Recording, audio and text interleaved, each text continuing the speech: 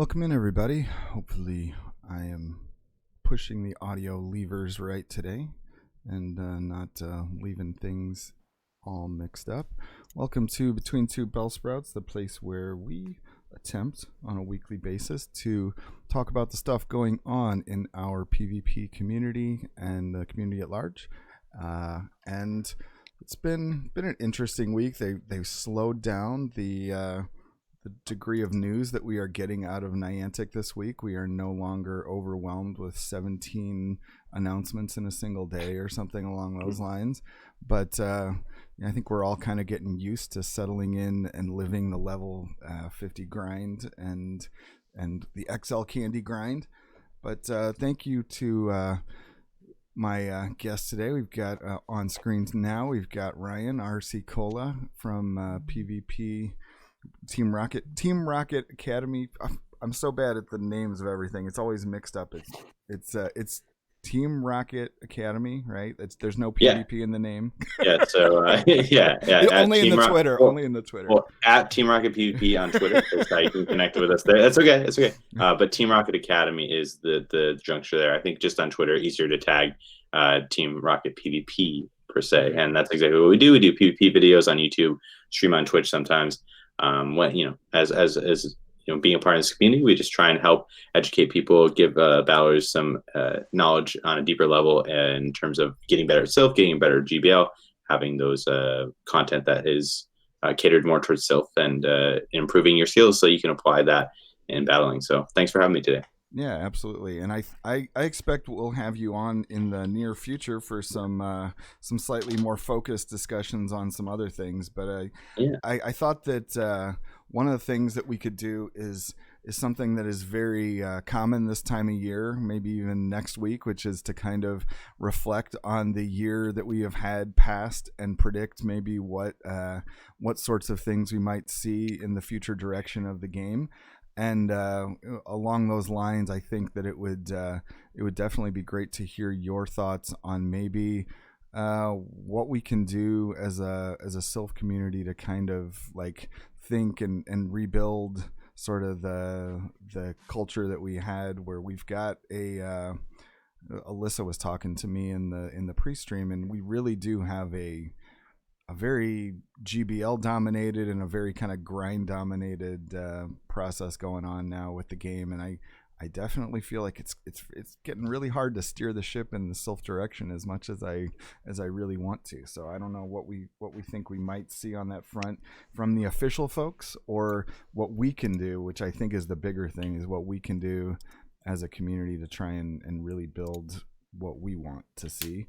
Because I think, as our guest coming up later will underscore, it's the fact that, I mean, to a certain segment of us, myself included, and I think pretty much everybody on this call, PvP is not about just racking up victories. It's not about esports and glory lights and the idea that we're gonna like crown a $1 million champion one day or something like that in Madison Square Garden. It's more about the community, the people, and just kind of enjoying one another and kind of just enhancing life with this stuff, as opposed to like getting completely consumed by it. So I love to keep the focus on that, and I think that you truly are someone who tries to do the same.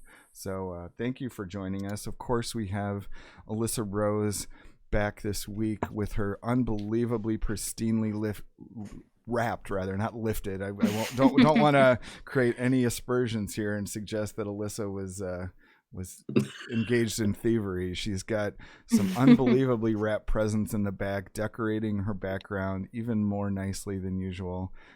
They don't have the bows on top, even though she has still managed to make sure she's got her bow going. So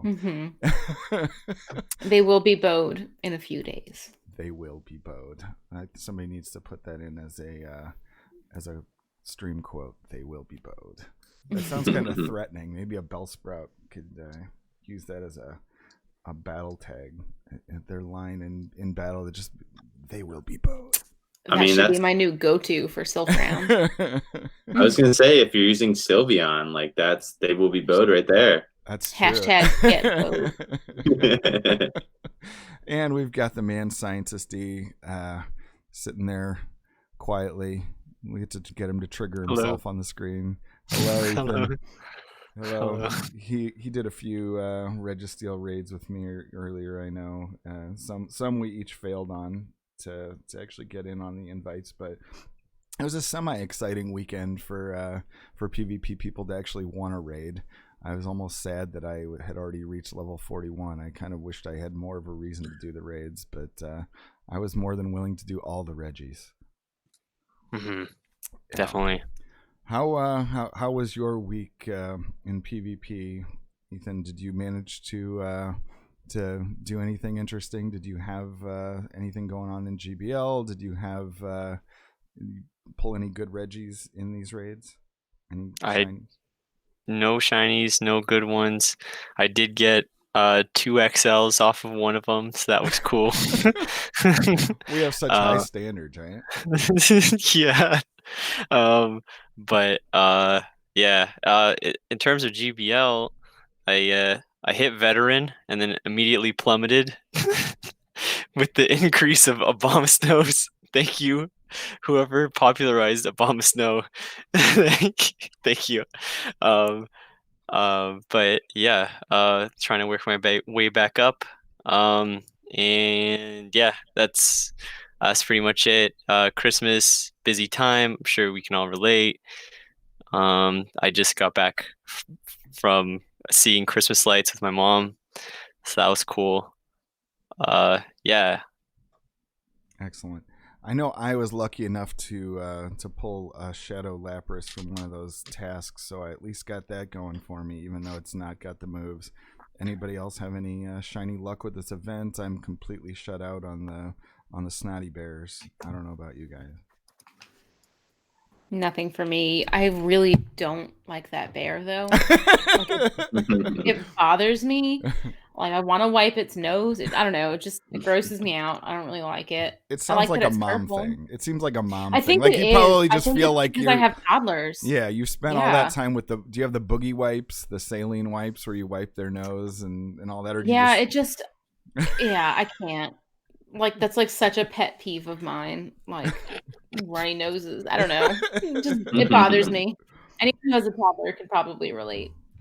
You know what they should add to the game though? They should add a Cubchoo with a mask because it's being careful to not spread germs. Yeah. Clearly it needs a mask. Holiday unevolvable Cubchoo. It's what all the world needs. How about you, RC? Any shinies or good pulls from Reggies or anything? Nothing from raids. I did get a shiny Meowth for the first time from that Rocket event from one of the counters. So I was like, oh, this is cool. I didn't even realize this was like I clicked on it and I was like, oh, okay, cool. And then I was like, oh, it's shiny. But yeah, not the best success lately, but I think you bring up a good point with Cubchoo, and I am very much on the train of don't give us more things with hats. I know that people want collectors, but I literally do not care. I know that's maybe a popular opinion, but I'm like, I literally catch one, so it goes off my nearby, and I never keep another one because they're terrible. And if I get the shiny, great. I know there's people out there. I will happily trade it to you collectors because I do not want it. Oh, man. So because like I said, we kind of are in a slower news time at the moment, I thought we should probably focus a little bit on what we're in the midst of right now, which is something everyone's been talking about, the Galarian Mr. Mime / Mr. Rhyme event, which has the $8 price tag, and I would say that the rewards aren't terrible. I would say that they're arguably worth it if you're the kind of person who likes to spend money on the game. But what sort of approach have you taken to this event, Alyssa, in terms of did you pay for it? Are you actually doing anything to maximize the rewards out of it? Or is it just kind of like it's there or you skipped it? If you had to guess if I paid for it. Well, yeah, I think that we always guess that you paid for it, but I'm just waiting for that one I did day. pay for it. Yeah. No, I'm going to, as long as the benefits As long as I feel like I'm getting my money's worth, I'll pay for it. And Right. I stand by that everything you pay for in this game is optional. Some people like to spend money on raid passes. I don't. Some people like to spend their money on lucky eggs. That's me right now because I'm an XP scrub and I need it. And I know Mr. Mime is going to be in raids sooner rather than later. So it's not like, we're paying for this and no one else is ever going to get it. We'll get it. We'll all get it eventually. But the rewards and the XP, I felt made it worth the $8 price tag. I thought it was a little weird the way they announced the event that's happening in January, February, like the Kanto shinies. Right. But they made us pay for that. And then they're like, oh, wait, and here's one sooner you have to pay for now also. So I think they probably should have announced this one first because maybe some people need to budget for both and paid for the other one and weren't able to pay for this one. I don't know. So it just feels like they did it a little out of order. Right. Yeah. Maybe they're relying on those Christmas Google Play and Apple Store gift cards people are getting to pay for the Kanto event, so they wanted to make sure to announce it in time. I don't know. Yeah. So have you? I know that Sylph announced this week that you weren't going to be able to use Galarian Mr. Mime or Mr. Rhyme in Nightfall, and I got the sense that you just weren't going to be able to use it at all until in ranked competition, even maybe in open. Ryan, have you had any chance in your PvP travels to actually look at the moves of Mr. Rhyme and what its actual relevance would have been? It seems like it's probably the right call, but I'm guessing it was probably a pretty irrelevant call. I don't think anybody was actually going to bring a Mr. Rhyme to so great segue. I was going to say I did not play this event. I did not pay for it. I think it sets a bad precedent, and I didn't want to, again, be a part of the hey, we're going to put more irrelevant, minor, cusp mons in terms of relevance behind a paywall. Personally, the Kanto event, I think it makes sense. Shiny Mew, an opportunity. I'm like, okay, I feel like I'm getting my money's worth with that. I don't discount anybody for playing it. Personally, I just am like, this game's all about patience. Everything becomes accessible eventually, even stuff like regionals. So it's the accessibility part of that. And with PvP, it's all about skill. So even if you have that mon, would it be a game breaker? I don't know. Basically, the moveset here in terms of Mr. Rhyme and Mr. Mime, you go Confusion, Icy Wind, Psychic for Mr. Rhyme, and then you go Confusion, Ice Punch, and Psychic for Mr. Mime Galarian. So that's that Icy Wind, I think, is why they really wanted to kind of get rid of it, knowing how popular Dugong is and how with Legacy Dugong and how that kind of became broken for a bit there. I think it's got a great kit in terms of moveset. I don't think it would break the game or break Nightfall, but I think it's almost unfair at the time where, here's a certain amount of people that have it, and here's people who don't. And it's saying, I have this, I can, have an advantage where Sylph is really great about wanting to kind of level the playing field versus Niantic doesn't really think about these things. Clearly, from a long-term standpoint, they're just like, how can we create more of a influx of money? They're a company, they got to make money, but they're not really thinking about the player base with a lot of these decisions. I think this is a great example of here's that Kanto thing, but also here's this other thing we want you to pay for, just in case you didn't, we're in a pandemic and you don't have any more money to pay for that. Right. So. Yeah, I agree.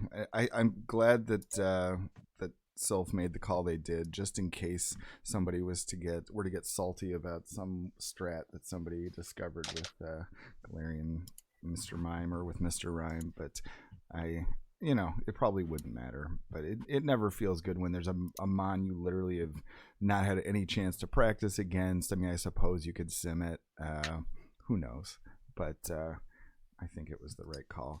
What have you been doing, Ethan, with this event? I know you were participating in the Reggie raids. Have you been farming anything in terms of what is available right now for PvP resources, or you just doing it casually?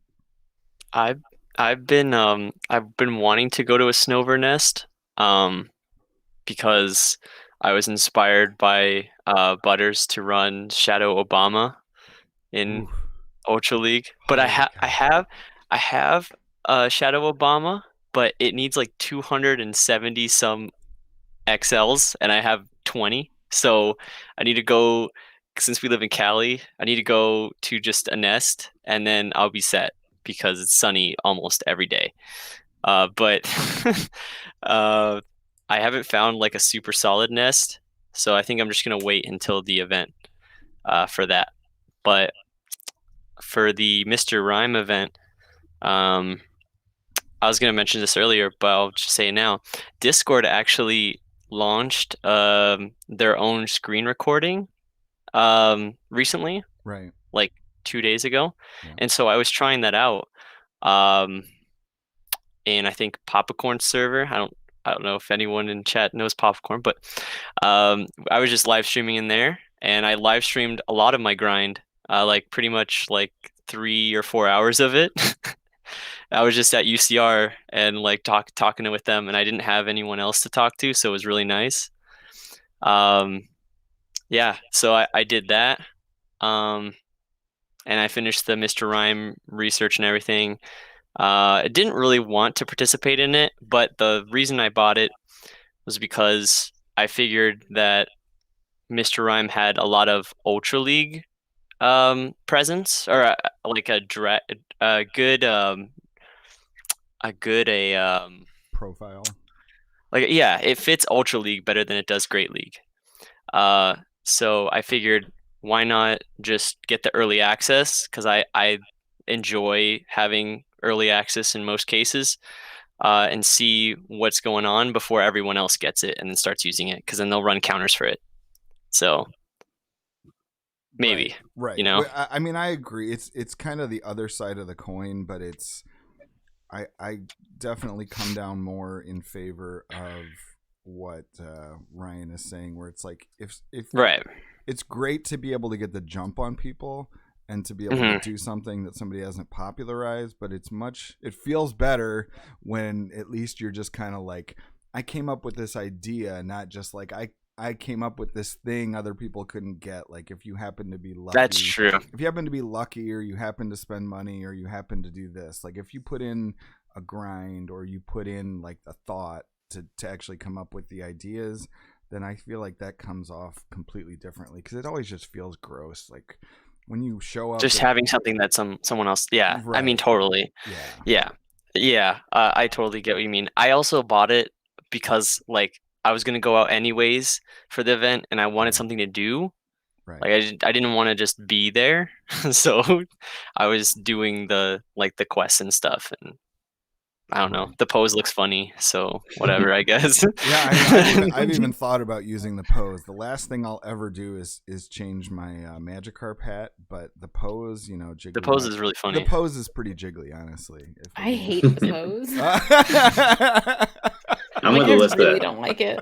You hate it? It's ugly. Yeah. I'm not saying it looks good. I'm saying it's comical. It's a funny pose. I think mimes are creepy. So yeah, the pose did not get me. I was like, no. Well, the funny thing about the pose is that when you match with someone with the pose in GBL or you're going against them, yeah, it's like a high five. They're like giving you a high five. Yeah, it's like great. Over here, and it's like cut off. I don't know. I've seen a few people like that. I'm just like, what? Yeah, it's cool. They're like giving you high five. So I don't know.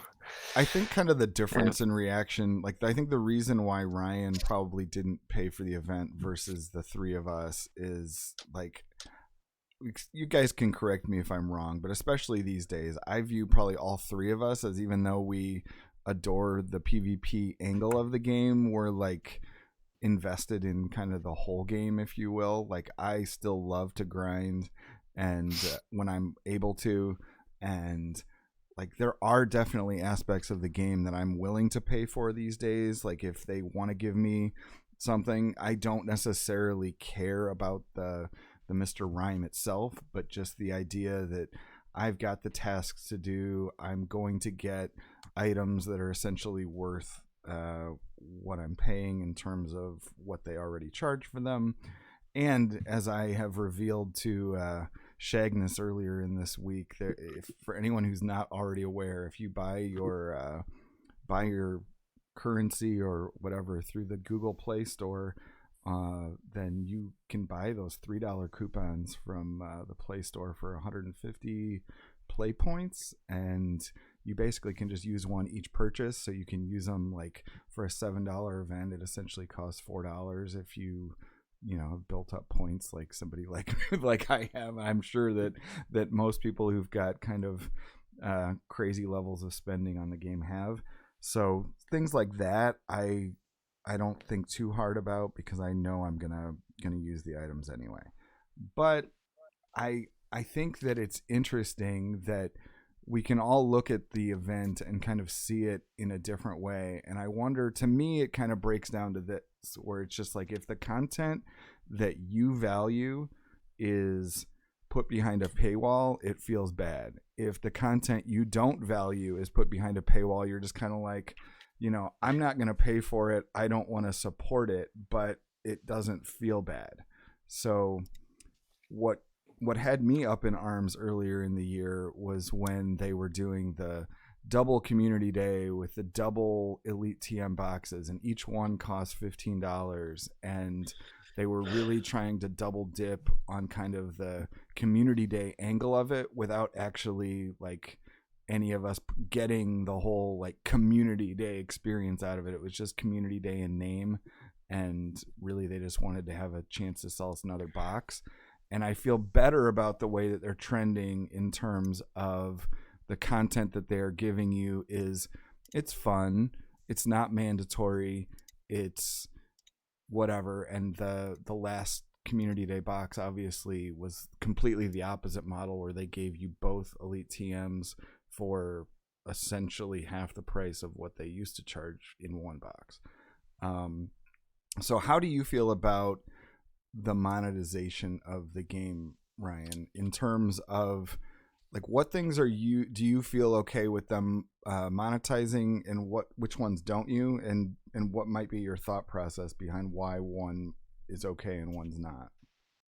Yeah, that's a great question. I think obviously they're a company first. You have to always remember that. Like, you take the Pokemon element out of Pokemon Go, and it's a transactional based, leveling up to win, right? So if you take the framework out of the community, there's not actually as much there. The PvP stuff I love so much because there's a competitive edge, right? But I think in terms of paying for features, right? You want to have something sustainable. They want to make money. That's why they've really latched on this community day model, because they can trust on that money coming in each month, right? So the lead TM stuff kind of bothers me as well. Personally, as someone who should be a prime target for that, I actually don't buy them as much. I only buy them if I have the actual coins. I don't actually pay for the actual. I grind gyms a lot, so I often have some spare coins left over. But I think, again, it's the thing where they're saying, this community day was the best example. They're saying, we know you need these moves. We know you want these things. We're going to find a way to make you pay for it. So with raid passes, I think it's easy where you can do a free pass, right? But then you can pay to raid more. So you don't miss out on the game with your friends by not doing a raid. You just might do a free one. You might have to coordinate in a different way. Versus the remote raids, obviously with the pandemic, is a whole another thing. I think it's a more a longer conversation, and opening up a whole Pandora's box of monetizing remote raiding and the way some people used to raid before. But the thought process I have is like, you want to know what you're paying for as a customer, as someone who's engaging in the game. I want to pay for stuff that benefits not only myself, but the community, and be a part of those experiences, which we can't really have right now. Those were those big live events, those Go Fest. That's what I want to pay for, versus stuff that it's like, oh, I can just grind it out over a longer time and just do that, grind gyms, whatever, for coins, rather than, oh, take my money now. There's events like the Kanto event that are like that, or Go Fest, that it's like, oh, if you don't pay for this, you're going to miss out on something pretty big. But I think with events like this, I hope this doesn't become the precedent where it's like, here's this mon that's new, pay to get it first. Versus Genesec's the best example I can think of recently. You could pay to get it first, but then over a period of time, then it became, okay, you got one in research. Oh, and then it became a raid boss like anything else. So. Right. I think that's a pretty clear sentiment among the community in terms of the overarching idea that paying for something first, as long as it's not game breaking, is probably a pretty good way for them to monetize. But I think that the biggest nuance comes in the way that they describe it. And the biggest problem I have with it is just that they are unwilling to do some of the things that they've done before, which was to say specifically and explicitly in their releases, what the situation was going to be for the Mon moving forward, where it's like they just say, you're going to get Galarian Mr. Rhyme first if you do this. Big question mark kind of lingers in the air as to when you'll get another one, whether it'll be treated in a different way. In the past, when we had like the Go Fest stuff with Mew or other mythicals, they would say you're only going to get one, so you're actually not going to get a second one, you're just going to get more candy. And same with Genesect, where they said you would get it first, but you wouldn't be getting it exclusively. Regigigas, same thing. So what do you think we should expect as a community in terms of that level of transparency? Because to me, the answer is pretty clear that they should be held to that standard, the original kind of Mew standard, where they just say, here's what you're paying for, this, and it will be released, soon TM at least. I mean, at least say that to kind of appease people who are able to read in generalizations. But I mean, preferably it would be nice to say, in a month or on this date, we're going to release it in whatever. That's probably unrealistic because they just fear people making too many actual wise decisions. But what do you think would be behind them not even being willing to say that people will get it soon in all these press releases that they've had recently? I mean, I'd love to hear from Ethan and Alyssa too, but I'll briefly just say that I think they don't understand they understand how to run a business, right? They understand how to make money, but the community engagement, there's definitely people there, like Liz is a great example, or Michael, that really look out for the community. But I think that their decisions get kind of undercut with, okay, here's what we need to make this quarter. Here's what we projected last quarter. It's a $1 billion game. It's a very successful game, and they know what works and what hasn't at this point based on their metrics, and they can adjust accordingly. So I think they're trying to kind of test the waters going forward. I'm curious what you guys think.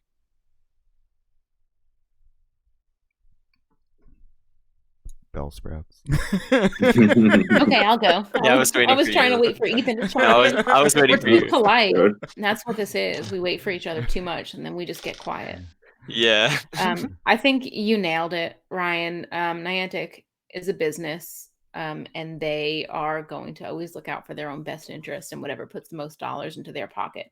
And I think they know that no matter what they charge us, there are a massive amount of us that are going to continue to pay for it, no matter what it is, even if we gripe about it a little bit, because we're all addicted to this game. And we're mostly grown adults who have some income, and this is our main hobby. And they know that. And $8 is change to most people. So I think they're going to continue to increase the amount of paid events they're putting out, and see how much they can milk us for. And I'm sure we all will have a breaking point. I haven't reached mine yet, but I mean, well, no, I have. The Elite TMs, I don't buy those. I bought the first couple, and then after that I was done because I didn't need them anymore, and I was getting them for free from GBL or wherever else. So I don't buy the community data boxes. It's like the Elite TMs and then a bunch of trash. Yep. So I don't spend my money on those. But this past event, I did buy the ticket for, not because I wanted the creepy Pokemon, but because the rest of the rewards were good and the XP that I could stack on a lucky egg with a bunch of friendships. I'm really trying to focus on XP grinding, and that was a good chunk of XP just for a really quick little event, and it gave me something to do this weekend. So that was kind of neat. I know that Sylph always has our best interests at heart when they go ahead and block Pokemon because of inaccessibility. So I'm really glad that they did that. And I know that they'll continue to do that. So I'm not worried about these paid events really messing up the climate for our competitive play. So yeah, just grateful for Sylph. Niantic kind of sucks, but it is what it is. And I guess I'm a little blasé about it. But I mean, it's probably my only hobby at this point. My children are my other hobby. So what money they don't get from me, I'm okay giving some to Niantic if it means I have something fun to go do. But it feels like the price of these events just keeps kind of increasing. Like they're getting more and more expensive. $8 was a lot for this, but at least the rewards were good. Right. Yeah, I mean, I know I heard at least some discussion somewhere on like GoCast. I know that they were talking about their opinions on whether this was a good way to monetize the game or not. And I think Chris came down on the side that essentially, we should all just understand that this is a free to play game. We don't have to pay for anything. And really, all we're doing is kind of belly aching about the idea that we're not getting something first if we say the price is too much.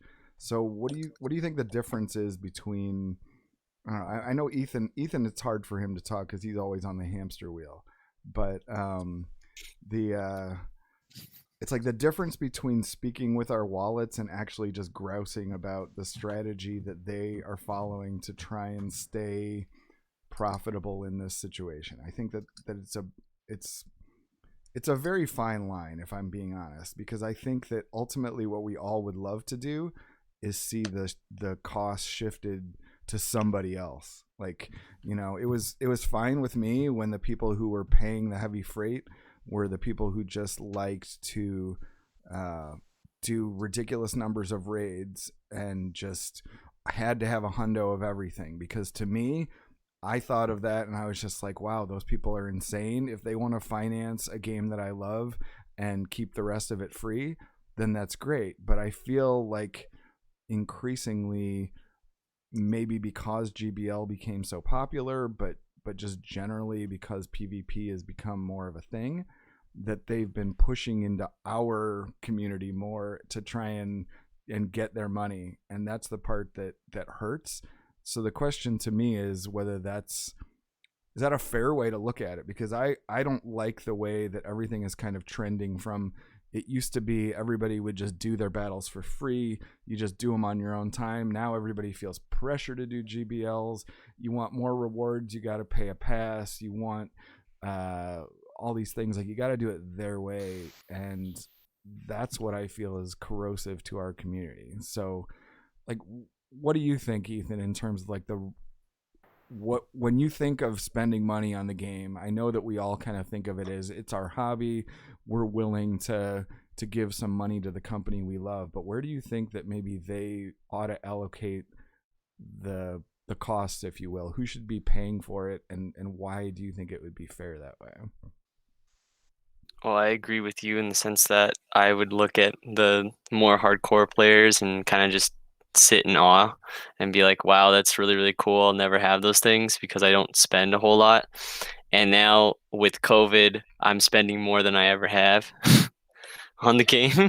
Right. And it's definitely like, it's weird because the dynamic kind of shifted to like, like the players that don't play at all now, they like look at me and they're like, oh, they view me as like the hardcore player, that I would view back in the day, Exactly. They're like I've become one of the people, and it's like, I'm not like super duper hardcore. Yeah, I'm invested, but I'm not super like I'll go grind. Like, I can picture my mom coming in. She's just gonna like take over the webcam and be like, yes, he is.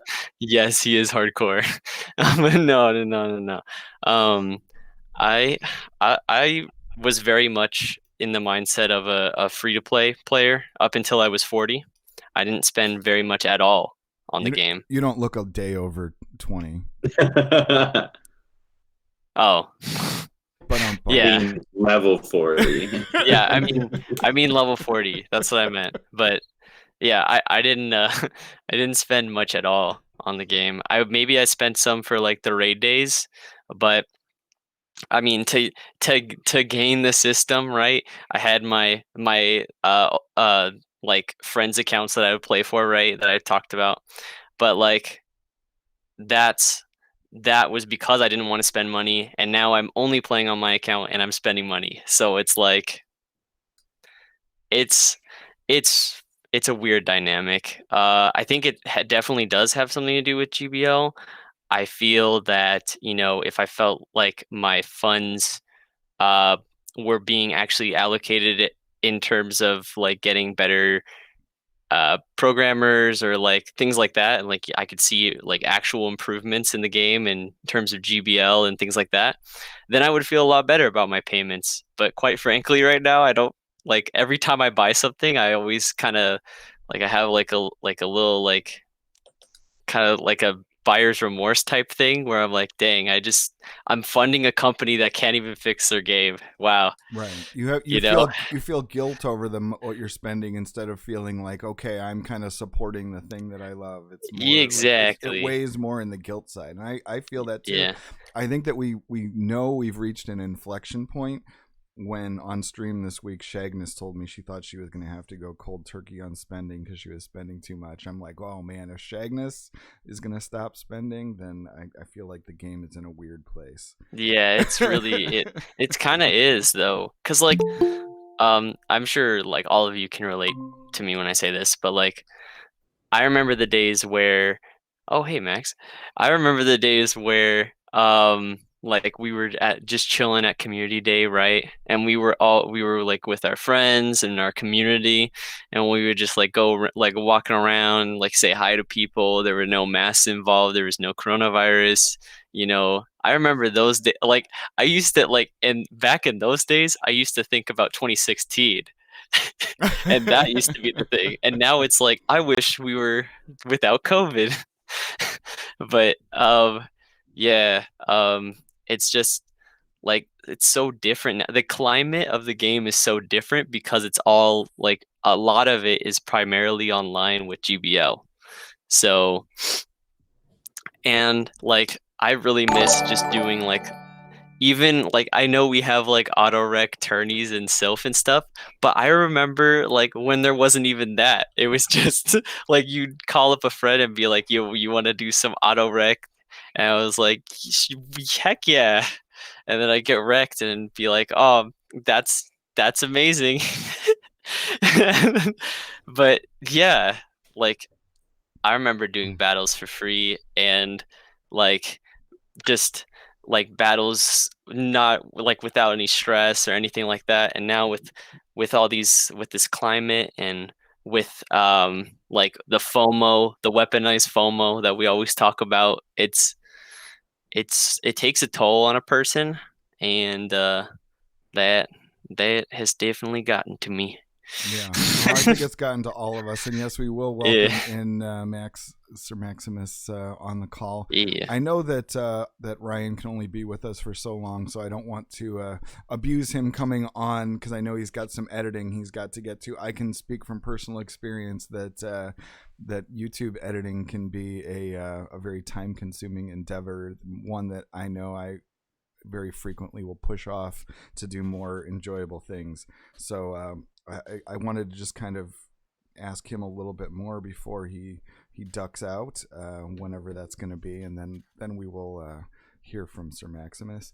But Ryan, what do you think in terms of? I think it's fair. I remember on this show talking to Butters back when he was my only Bellsprout, and we were talking about, will they shut down GoFest for coronavirus, or I'm sorry, Safari Zones, because of the coronavirus situation. And it was a very quickly evolving situation, but literally the next day after we were having that conversation, the call was made, and there was no St. Louis Safari Zone, which I think was a huge inflection point for our community in terms of just like all of us losing these in-person events and the like. With all the news that's been out in the real world regarding the vaccines that have been getting pushed around, what do you think is realistic in terms of kind of a timetable or an approach that we can take to sort of keep ourselves on the straight and narrow and just be okay with the way the game is for now, but still leave ourselves with both a game from Niantic and a Sylph scene that we're excited to come back to when we're all able to do so safely? I think you bring up a great point. Unfortunately, my name is not Anthony Fauci, so I don't have as much Well, expert no. experience. But what I will say, all jokes aside, I think obviously this year's been hard on everybody. You know, Pokemon Go outside of Pokemon Go this whole year, and the community has really come together, and I'm honestly very grateful. You're a great example of someone that I may not have met in real life if I didn't meet at a Go Fest event or a Safari Zone or something like that, or hadn't discovered you randomly on Twitch. I think that's what's cool about seeing the community come together. I have the fortune to know the Sir Maximus in real life, so that we did in-person events before.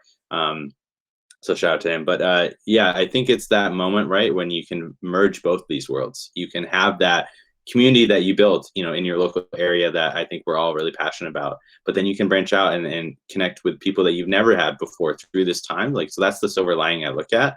But I think going forward, you know, we don't know at all what this world looks like the next year. You know, I'm cautiously optimistic.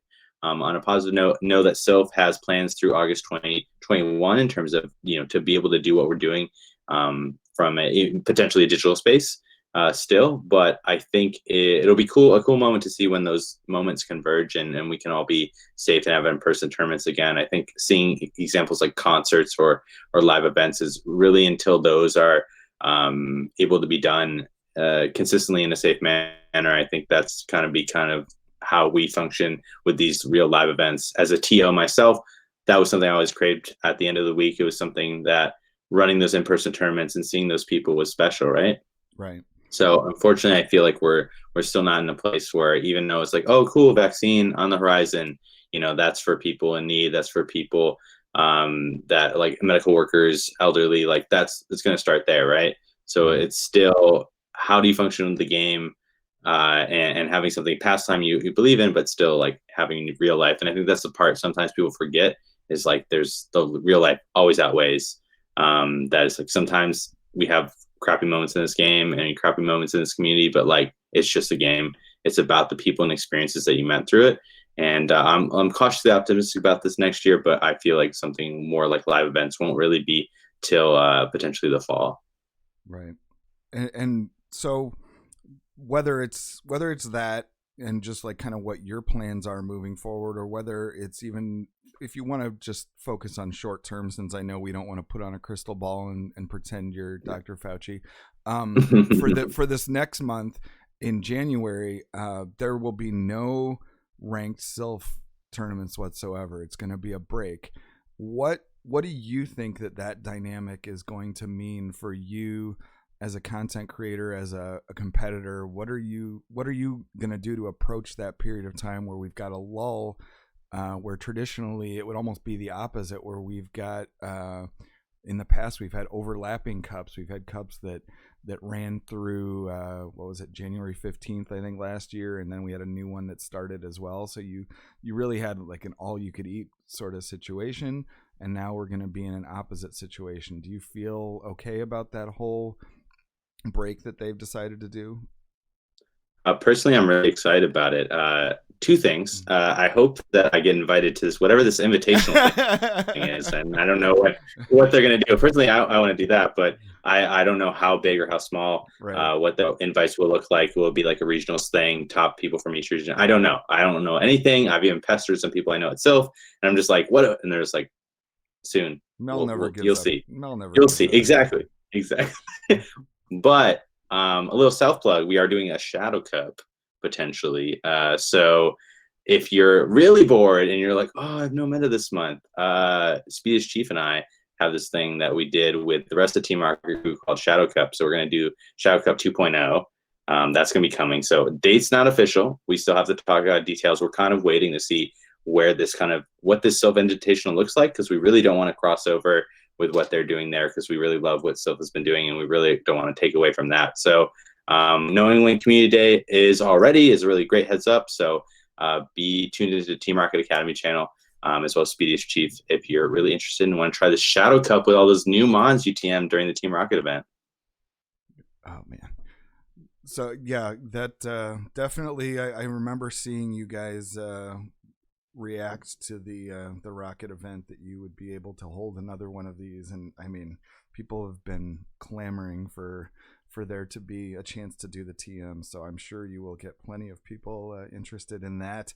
I'm sure folks like Ethan who are crazy, who invest in expensive shadow things. If he's got any dust left, are you gonna have any dust left to participate in Shadow Cup after the Obama Snow? I didn't get to.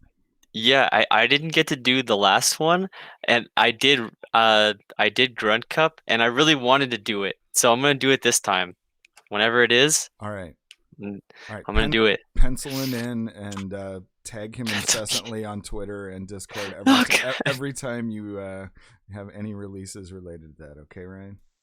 Yeah, soon. We'll make a big. We made like a big kind of like every time there was like a new person who joined, we did like little announcements like this person's competing, and Sir Maximus competed, pulled off an upset against Lemon Lime on stream. It was amazing.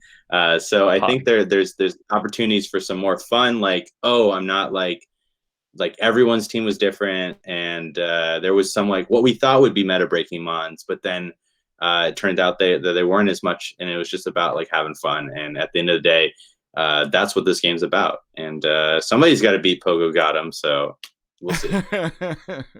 All right. Well, thank you so much for joining us at the last minute there, Ryan. Very, very appreciated for you to come on, and we'll let you get to your editing, and we will take Holiday Cup. So Holiday Cup indeed, and we will let Max jump in, and we will actually get to hear Max be positive, I think, about the event that's going on. I think that his experience may have been tainted by the fact that someone offered him food in exchange for buying a ticket to the event. But Max, share with us your feelings on this event and how you've been rescued from the brink of Niantic cynicism. So the Mr. Mime event was okay. It was not the worst paid event I've ever done. I think that has to go to like GoFest. Oh, the remote GoFest. Oh, okay. Yeah, because like it was a complete disaster for what like APAC at the beginning, and then it kind of got cleared up, but then it was down for like an hour for some regions and stuff like that. I want to remind you, Mac, that even though you identify with the folks in APAC, that you aren't in APAC, so you shouldn't internalize these feelings too much. No. Well, like you would think that like they would fix it by the time it gets back over to us, but it was still down for like I think like a half hour or so, right, when we were doing it. And then like a lot of the spawns were kind of like when my wife played at home, she got more dust and mons than I did, and I was out and about, so I was like, I should have just stayed home. Like, all right, this is kind of lame. And they even had to do that makeup event, but it was only if you paid for a ticket. So it was like, or was it anybody could get it? I think you had to pay for the ticket and you got like a makeup event, so you got like an extra one. So it was like more salt on the wound for those who were trying to do the free to play thing. So it was like, all right, like that was a whatever. Like that was probably the worst paid event I've done. But this one was like, it was okay. It was nothing memorable. It was just like you got boosted incense. You got what else? You got 2 Mr. Mimes. So you got the Galarian Mr. Mime, and then you got the Mr. Rhyme. So you got 2 dex entries, which was okay. So I can trade one away, and I could get like that deal. And I got 2 shiny Cubchoo. So it was like, okay, this was whatever. I didn't do the second day. I was just kind of like, it was whatever. It wasn't the worst event and it wasn't the best event. It was just kind of like, eh. And then somebody did a breakdown of how much it costs, like the things you get back. Like you have to spend an incense to get an incense. And I feel like you have to go out and do the event if you want to just burn that one incense for it to be free. Because you do have to go spin a stop. So you can't do it all at home unless you live on a stop or on a gym. So that was stupid.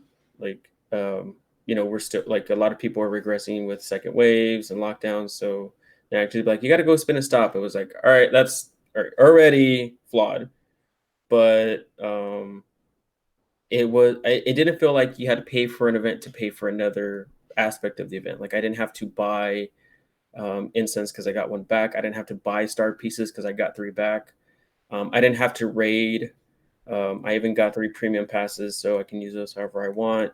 Although it would have been cool if you could get remote raid passes, but all right, whatever. You got to pose. Some people are arguing it's worth 500 coins. Some people are like, no, like it's not necessarily. So I was like, all right, if you take the coin out of the equation or the pose out of the equation, the stuff that you get back is okay. The dust gains were okay. It was kind of like you paid for it and then you get everything back.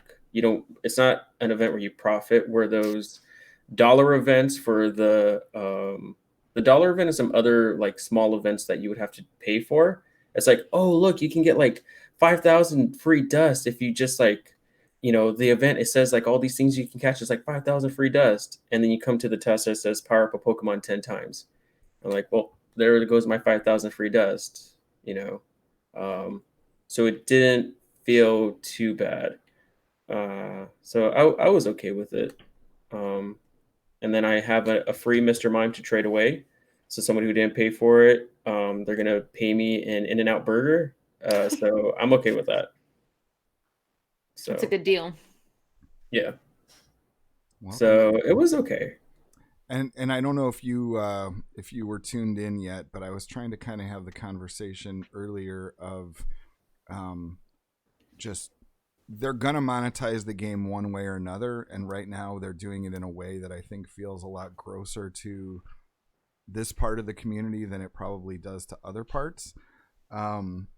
What is your own personal take on that? If you kind of accept the idea that they're going to monetize it one way or another, what do you think the fairest way for Niantic to monetize things is in kind of this current climate where they don't necessarily have the same sort of revenues from your IRL, just kind of casual raid crazies? I don't know,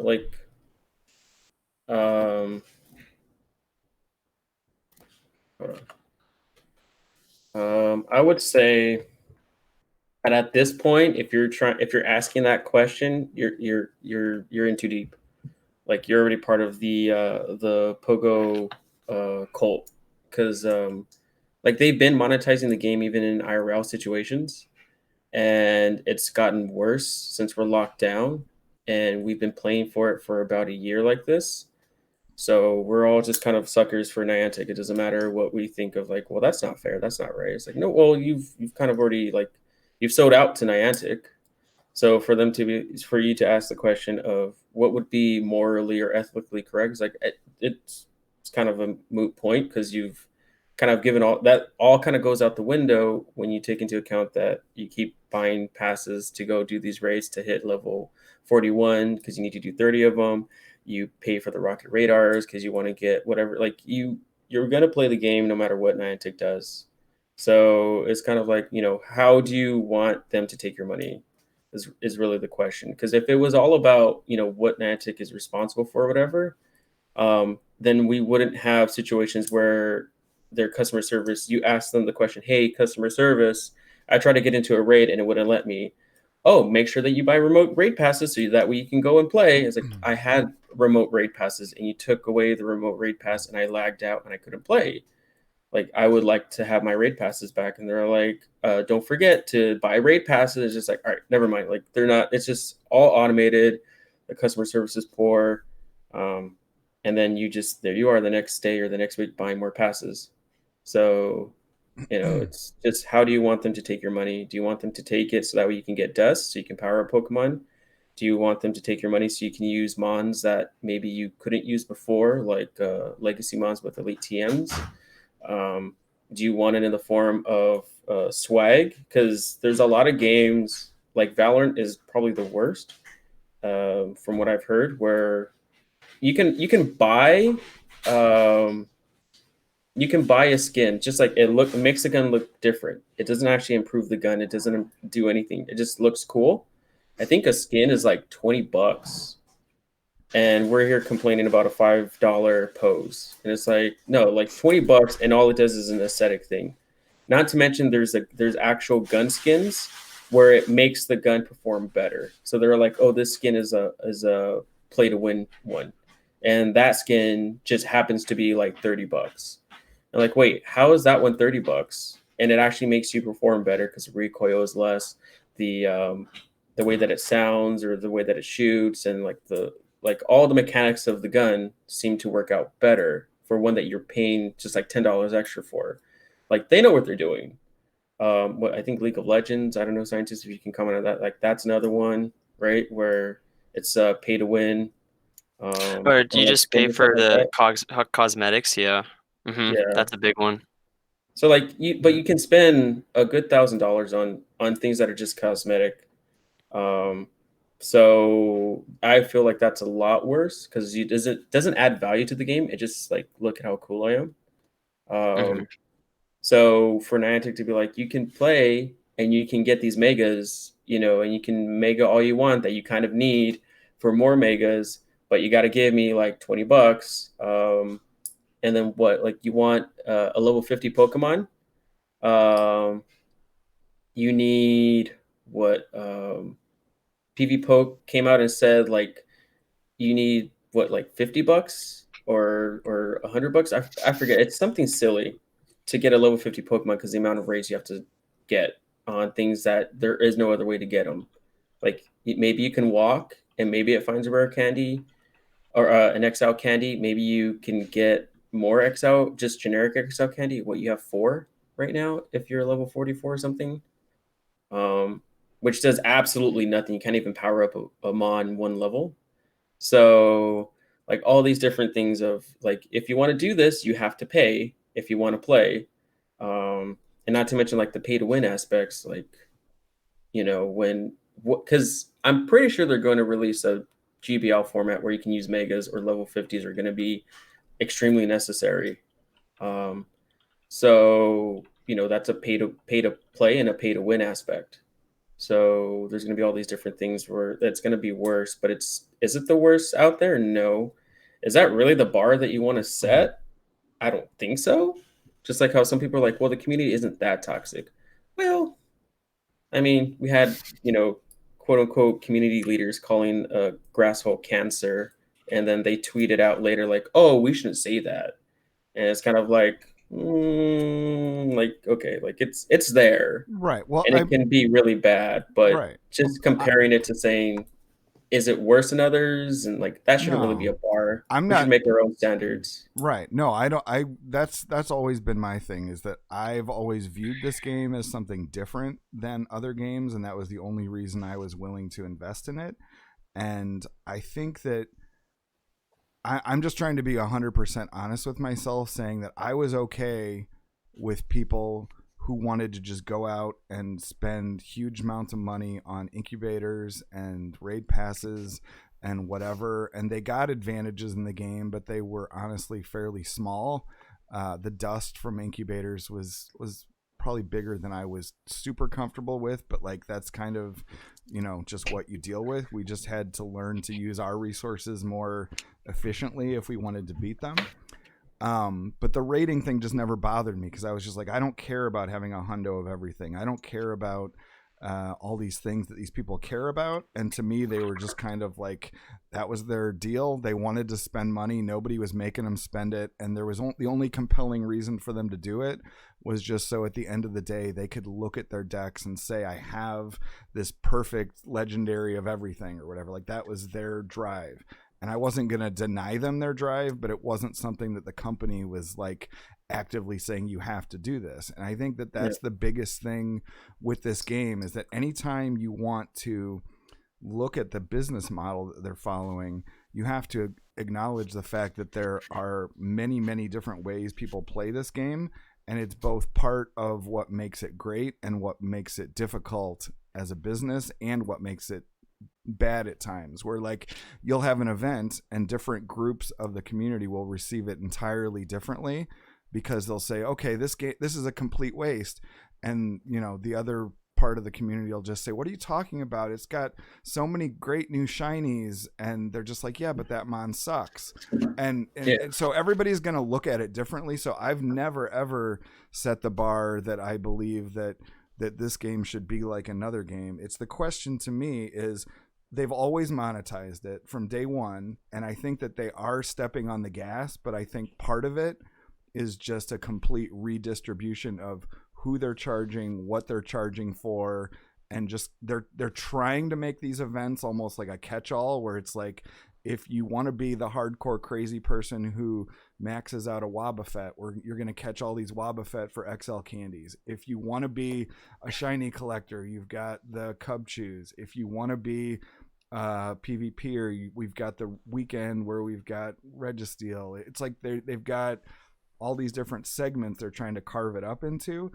And so at this point, I almost think they're not giving anybody a choice. They're saying, like, if you want to play the game, you're going to pay something for it. And do you think that's okay for them to take what used to be more of a free to play game with us kind of riding on the backs of whales who were willing to just go hog wild on some of the less mandatory aspects of the game, whether it was shinies, which I would say are arguably very much like the skins in games you're talking about, except the fact that there's RNG involved in getting them. But ultimately, it's a pay to raid, it's a pay to incubate, pay to play a ridiculous amount and have enough Ultra Balls to catch them all, whatever. So there's a distinct advantage in any category of the game at this point if you pay, where it used to be very limited, I feel.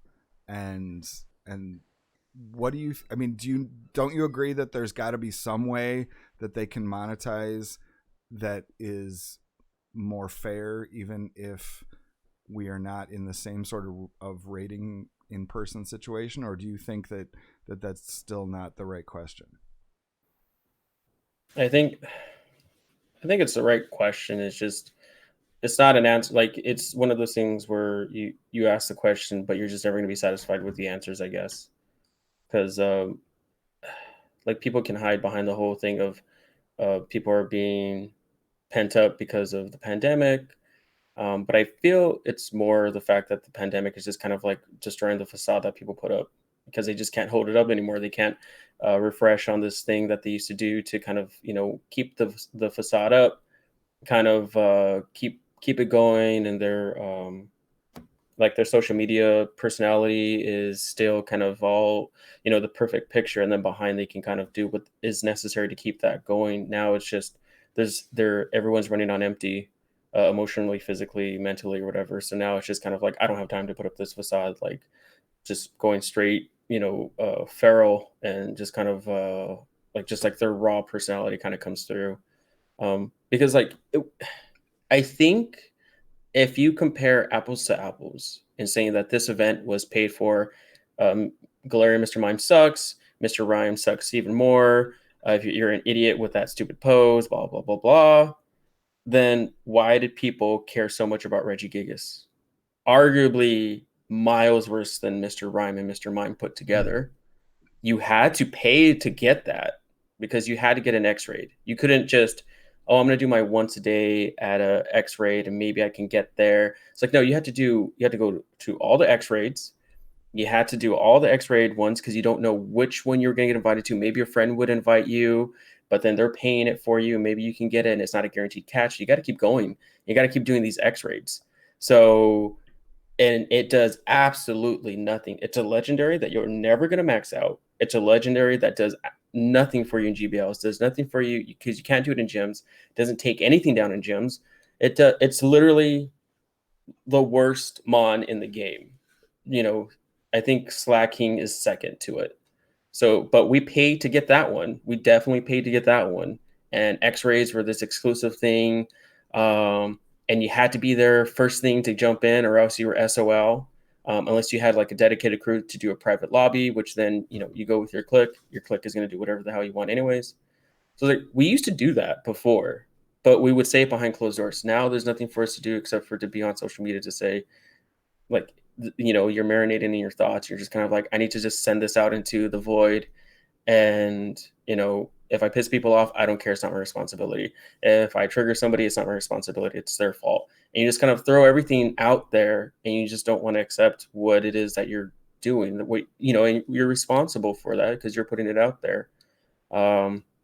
So, people wanted to do this Mr. Mime, let them do the Mr. Mime. People wanted to do these X-raids and be this X-raid hardcore. What people like, the new buzzword is try hard. So they want to be a try hard, then, let them. There are plenty of people that with this level 50, that rating grind is alive. The XP grind is alive. The shinies and all that, like it's back for them. So they're doing it, and they have this aspect to kind of it reinvigorates one base, kind of how GBL kind of reinvigorated the whole thing of like, PvP existed, self existed. People were kind of getting a little bit like, oh, well, this is kind of the routine. And then GBL came in like, oh, so I can do even more. So it kind of reinvigorated that fan base. Or, we got to do all aspects. There's the collectors, there's the hunters. There's no breeding in the game. So people will get everything and then trade it away for exclusive things, whether it's good or not. They just want to have all the little, what is it, like Bullet Seed Laleep? So they were like, oh, did you happen to get a shiny Bullet Seed Laleep? Yeah. I was like, well, it does nothing for you. I don't care. I just want to have it in my collection. So it's just like all these things that people want to do, but we're just getting super judgmental about it. Yeah, we can come together and do great things as a community. I, for one, know that from secondhand experience and from firsthand experience. So we can do good things. Just, how often and when we choose to do them and for what is really the question. We can come together. Like I said, social media is kind of like it's a hammer, and a hammer can destroy or a hammer can build. So it's up to the community leaders and the people, all the popular kids, and who I call the PvP Illuminati, to kind of, build and destroy what is probably better for everyone. So I don't know. I thought the event was okay. It wasn't, like I said, it wasn't the worst event that I did, and it wasn't the best event that I did. So I don't know. I was okay with it.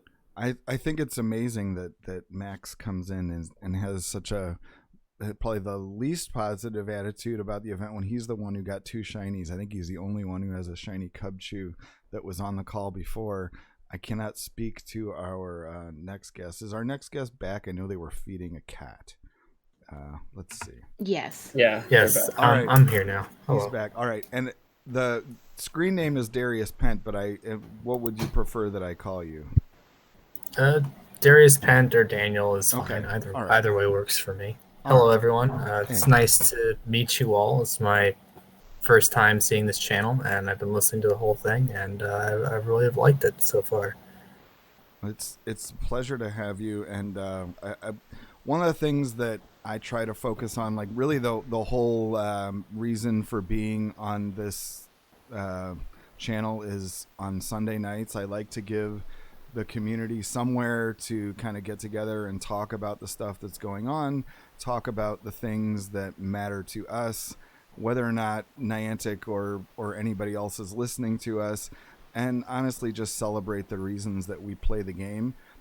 We've really tried when possible to get people on when there's more real life sort of stuff going on, and I thought that certainly your story was one that merited a telling in a scenario like this. It's definitely a difficult topic, so I hope that we address this satisfactorily to your feelings. But definitely thank you so much for joining us tonight. It was great to hear from you.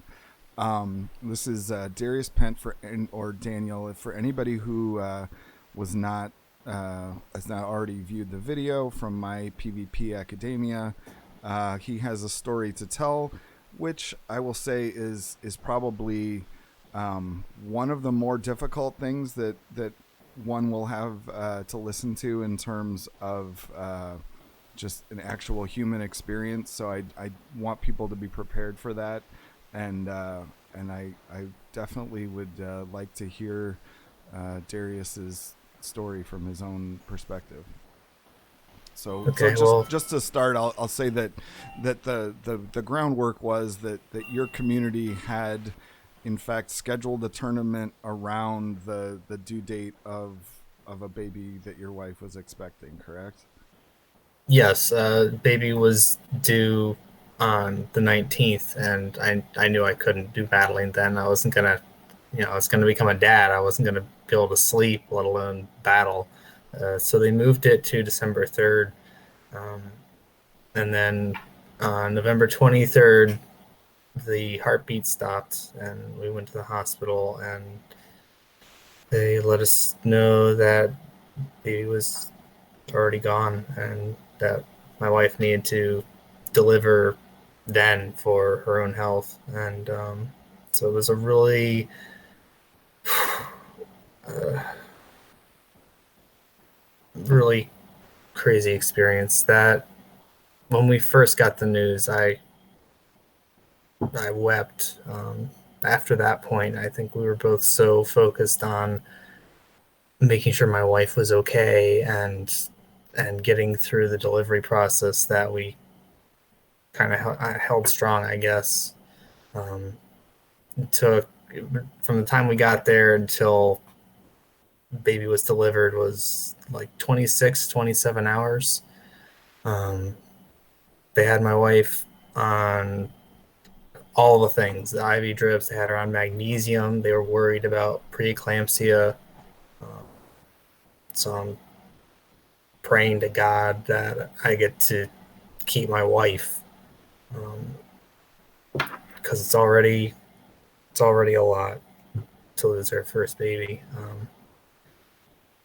Thankfully, everything stabilized in the end. Her mom showed up, helped her power through the delivery, and after all that, I thought, why I'm not going to do anything. I'm not going to battle. I'm not going to want to talk to people. I'm not going to do anything. But the community really rallied around me. The people in my town showed up to the funeral, either physically or digitally. I had pretty much everyone say, if you need anything, let us know. We're here for you. One of the local battlers works in hospitals, and he actually showed up at the hospital and checked on me and made sure I was doing okay, and sent me encouragements. And after thinking it through, like, gaming has been helpful for me in healing and getting by. And I decided, I'm not gonna. I can't stop. I can't rest. I need to keep competing. That's what I'm about. And so, thankfully, the admins of this month's Nightfall tournament for my town named it in her honor when I asked them to, and I appreciate them for that forever. You can see tweets from one of the admins on Twitter in response to me, and I just really appreciate their doing that. From that point, so actually the tournament began December 3rd. That was the day that it got moved to. That was also the day of the funeral. And so I saved my battling for the next day. My parents came into town from 8 hours away, and outside of doing the first round, letting them know, it's something I got to do, I spent that weekend with them. But from there, it was, I'm still competing in this, and I want to win it for her. It's got her name on it. I couldn't do anything for her in life. I want to win this for her.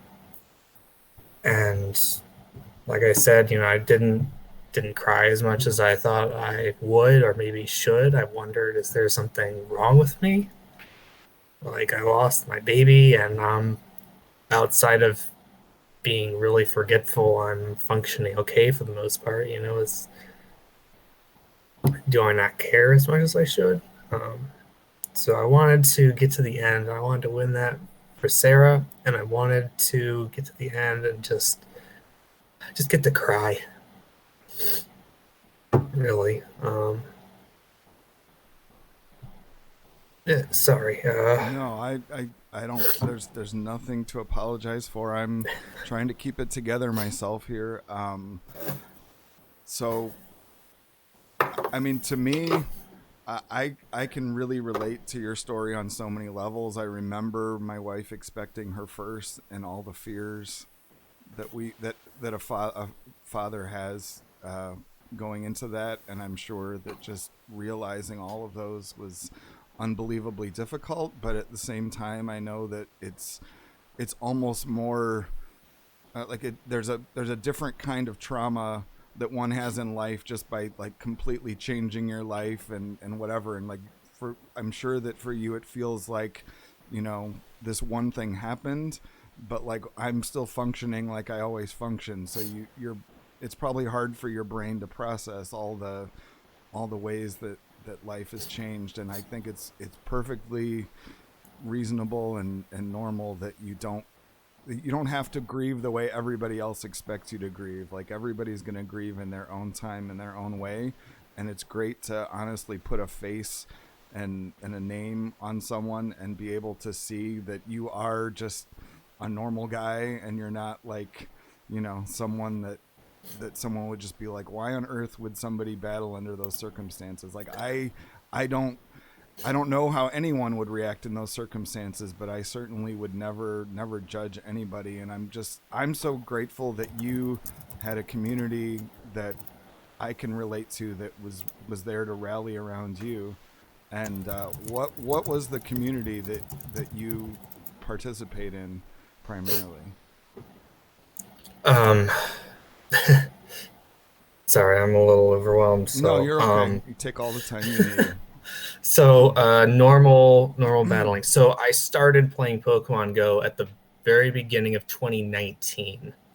That was when I finally got a smartphone. I had been holding out on those like flip phones or BlackBerry type phones until they just wouldn't receive or send text messages properly anymore. And I found you can't really buy those anymore. So I guess I gotta cough up some money for a smartphone. Well, now that I got one, I can finally play Pokemon. I was interested in playing it, but I wasn't willing to. In those days, the phone company I was with, I would have had to essentially increase my phone card payments to the point that I would be paying $180 a year for a free game. Right. If that's all I got the phone for. And I was like, no, I'm not doing that. But then the phone plan changed and I ran out on my other phone. So I was like, okay, time to switch and time to play. I think the normal Pokemon games overall are definitely the superior product, right? They put the most detail into those. You can do the most things. But the cool thing about Go that appealed to me is I work at a desk 8 hours a day, 5 days a week. This will keep me from, being permanently sedentary and just sitting in a chair looking at a screen for even more periods of time all the time. It turns out my town where I'm at, Maryville, Tennessee, south of Knoxville, has a really strong Pogo community. And just meeting these people, they were so helpful in providing tips on how to do the game. They do raids constantly.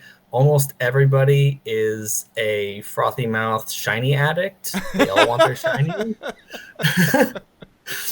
And if that makes them happy, go for it. Right. I'm a pragmatist. The people I'm okay with spending money on the game, right? Yeah. No, they're going to spend the money because they want the shinies. And I joke, I tease, I don't want to belittle their passion, but I do tease them that, it's just an MS Paint recolor. See, I can change the pixels on this image. There's your shiny. But yeah, I'm a pragmatist. I don't really go for shinies. The only ones I really wanted were Gyarados, got it. Charizard, got it. Lucario, that's never going to happen. So yeah, just playing the game, learning how things are done. I watched a lot of trainer tips, Nick, in the early days to learn how things were done. And then just trying to level up because you have to get to level 30 before the level of your Pokemon finally balances out, I think, before you can even know what the final CP of something's going to be. Stop that, cat. Sorry. And so just trying to gather Pokemon and get prepared. I knew I wanted to compete in tournaments. I watched footage of Tranships Nick in the first Boulder Cup, and really wanted to be a part of that. Finally got to the point where Mirror Cup came around in September of last year, and that was my first tournament. I got 1 win, 2 losses, and a bye round, and did the same performance at the next tournament. And I gotta tell you, bye rounds really tilt me because I had to work really hard to put teams together. You spend all that dust just to sit and watch other people play. Exactly. Thankfully, I've never had one since. But yeah, it was not smooth sailing starting out, but it was something I worked really hard at. Worked really hard putting together teams for Sinister. Spent who knows how much dust for Ferocious, which was awful. Finally managed to get my first tournament win on my 8th try for Timeless. Thanks, I give credit to Speediest Chief 2 for that one because I used Sudowoodo because of his video. And I had a buddy, actually the guy I played in the finals of this tournament for Sarah. He told me, you can't win with Sudowoodo, and then I did, so that felt pretty good. So I primarily do Self. I do a little bit of GBL, not as much for 2 reasons. The first is actually the old phone I was on. I've gotten a new phone since even starting the game, and it wouldn't run properly. Doing GBL and actually battling anyone, whether it's GBL or not, like Melmetal would just lag my game to the point where they get a free move. And so I would only win like 50% of those matches. Maybe you were just playing people who were using the Jesus exploit the entire time with Melmetal. Maybe, except I played a guy at regionals, and of course, the only Melmetal in the tournament I faced round 1. I actually won that round, amazingly. That was a headache. Trying to work around those problems. But yeah, a lot of tech issues are why I haven't really pushed that hard in GBL, because I'd like get to rank 9 and then you just hit this wall where you don't get to play on an even playing field. But the second reason is just I love Self so much more. I mean, Go Battle League, mechanically you get more from it, right? You get the Stardust, you get the items, you get the rank up, you get a pose if you get to rank 10 or I guess 24 now. I haven't kept up with it fully. But Self, you get to pick your team of 6. You see each other's team of 6. You make strategic decisions. You have to stick with that the whole time. Emotionally, there's a whole lot more that you're playing for, right? And before COVID, you would meet with people. And what was it, the second Sinister tournament I did? My buddy and I went up north of Knoxville and joined another Pogo Communities tournament. And it was freezing cold, and they had decided to play outside. So I'm playing in my car, wrapped in a coat and gloves, and just meeting all these people I'd never met before.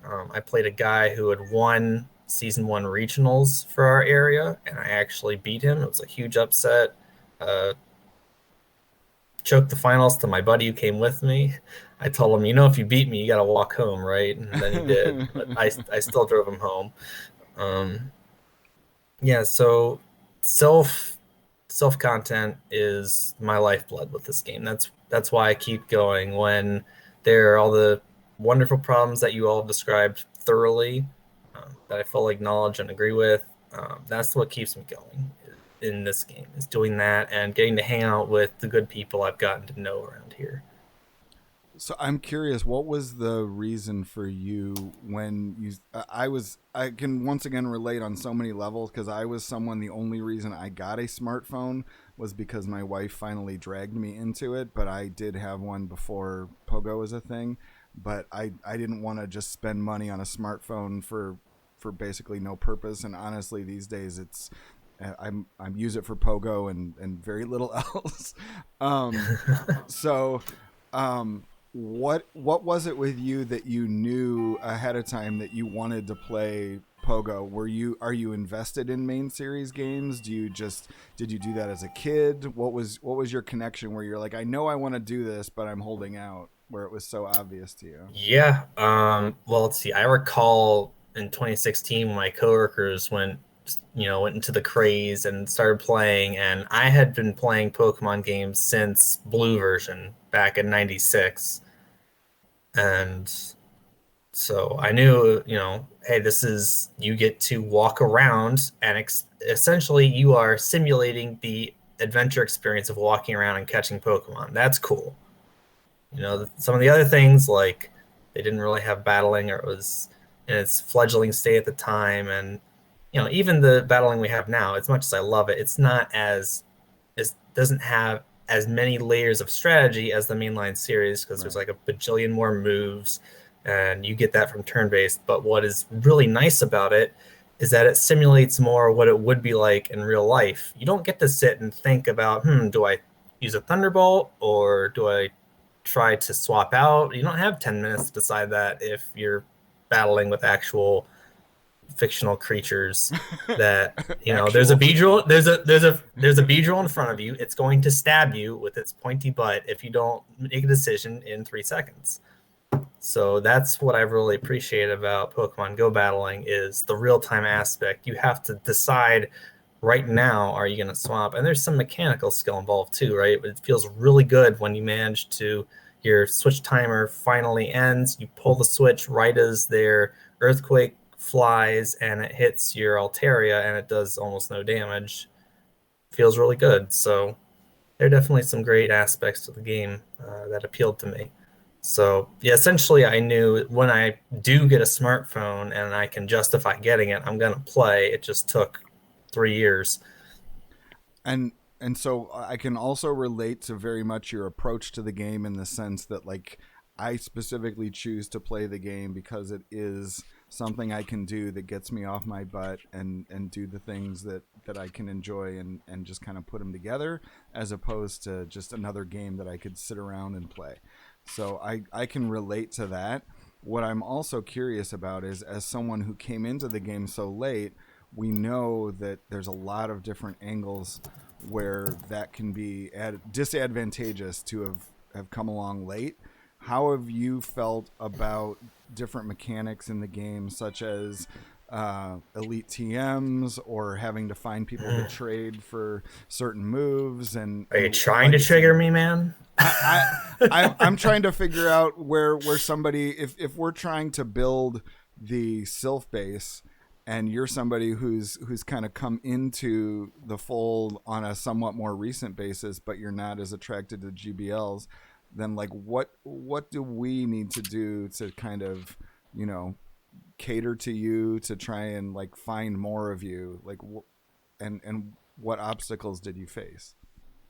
Okay, so I'll start off with the how to cater to these people. Most that I've met, like my second round opponent in the tournament, it was first time doing a Sylph tournament. Most people do try out GBL first. It's built into the game, right? Whereas Sylph, you have to go and find it, or someone has to tell you. I want to say the main way to cater these people is show them, when we finally can again, right, that it's a bunch of people gather together and they're cheering for each other. They get excited when big plays happen, even if it's the guy who just beat them the last round. It's cool to see, and everyone's supportive of each other. All of my local town friends, when they won their tournaments, I was happy for them. When I lost that Sinister Cup to my buddy who came with me, yeah, I wanted to win, but I was psyched for him. He worked hard to get there. And my other buddy won the next month, and then I got to win that December, and then Red Dragon Woody got to win in January, and they actually put, a donation to the winner, and so we got to win money to spend on the game. So seeing those things happen is really cool. I'd say that's paramount. If anyone's going to come out and try Sylph, besides being aware of it, they have to know that the experience is something you can't get facing a nameless person through the game's unreliable internet.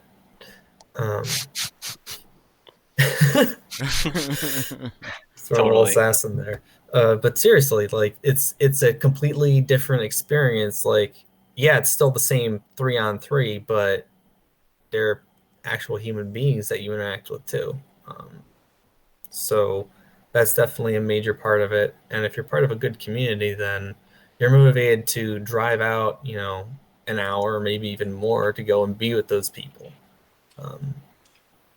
The challenge aspect, definitely the legacy moves part was really difficult. I know the main series games have certain moves that you have to do this and that to unlock and get, but you can pretty much get them anytime. They eventually even made TMs recyclable. They didn't go away. There was an event move. You could get it for as many Venusaur or Charizard as you wanted. You just had to go and talk to this NPC. In Go, for someone who started after 2018, missing all that stuff, I'm really glad the first community day I was part of brought all that back. But to see it go away this year for the original stuff, and I don't know if that's coming back for Kanto event in February, but to have that be missing, it's challenging for me personally. I evolved a bunch of things last year, but I didn't have a good Metagross then. I didn't have a perfect Tyranitar like I do now. I have a much better Venusaur. I have better Charizards that I don't get the moves on if I evolve them. Unless I spend a bunch of coinage or real life money to get said coinage for TMs that do what the normal TMs should have always done, which is give you the move that you're looking for. So I really am not a fan of that aspect, and it had me thinking, there are people I played in tournaments who started this year. How tough is it for them? Like, I at least got to get some of this stuff last year. So there's got to be, since Niantic made the decision of we're making these elite charge and fast TMs, they need to stay available. I know I'm partially enabling the beasts because I spend my coins on those TM boxes out of necessity. They do give a few for free, which is good. But they have to stay that way for the people who join late. On top of that, the new level 50 cap, ending at level 40 with half levels, so it's actually level 80, was always weird to begin with. So having it finally go to level 100 like it always should have is good, but it's kind of coming at a really bad time and should have been there from the start, or should have been introduced a lot sooner before PvP really took off. Because now, if you want to play an Ultra League with anything meta relevant that isn't a fighting type or a starter, you got to grind those XL candies, man. And that's, we're still in a pandemic. Some people can't leave their homes. How are you going to go out and do that? So it's just a lot of challenges to navigate, a lot of creative thinking to get around those challenges, coming up with creative team alternatives. I apologize for how difficult it's been getting me on this. I didn't check my email the past 5 hours. I was doing GBL because I hadn't for like 3 or 4 days. And I decided to check my email, and my PvP Academia had sent me an email saying, oh, you were interested in doing this stream with me at 10 CST. I'm like, that's in 7 minutes. I should probably reach out. So thanks for being flexible and dealing with that. Just one more thing we can blame GBL for is making that difficult. They're the reason I showed up late. Yeah, my theory, I ascribe to the belief that GBL is a mental illness. It doesn't mean that I don't have it, but I don't have it in the same way that certain people do. But that's just my biased opinion. So what has kept you enjoying the community aspect of the game, especially the Sylph aspect of it?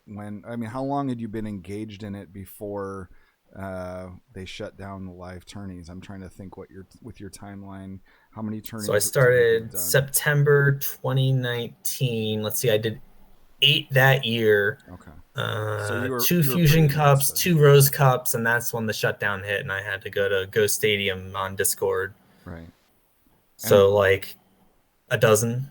Okay. So yeah, but so you were, it was not that long, but you were fairly heavily invested already. What sort of changes have you made, or do you feel about the Sylph community or your local community in terms of doing things remotely? Are you uh, I know that we all kind of want that in-person human interaction, but what's kept you at it and obviously plugged into your community to the point where they were aware of a very kind of important life decision that a lot of people may not have, shared with just kind of your run-of-the-mill gaming community?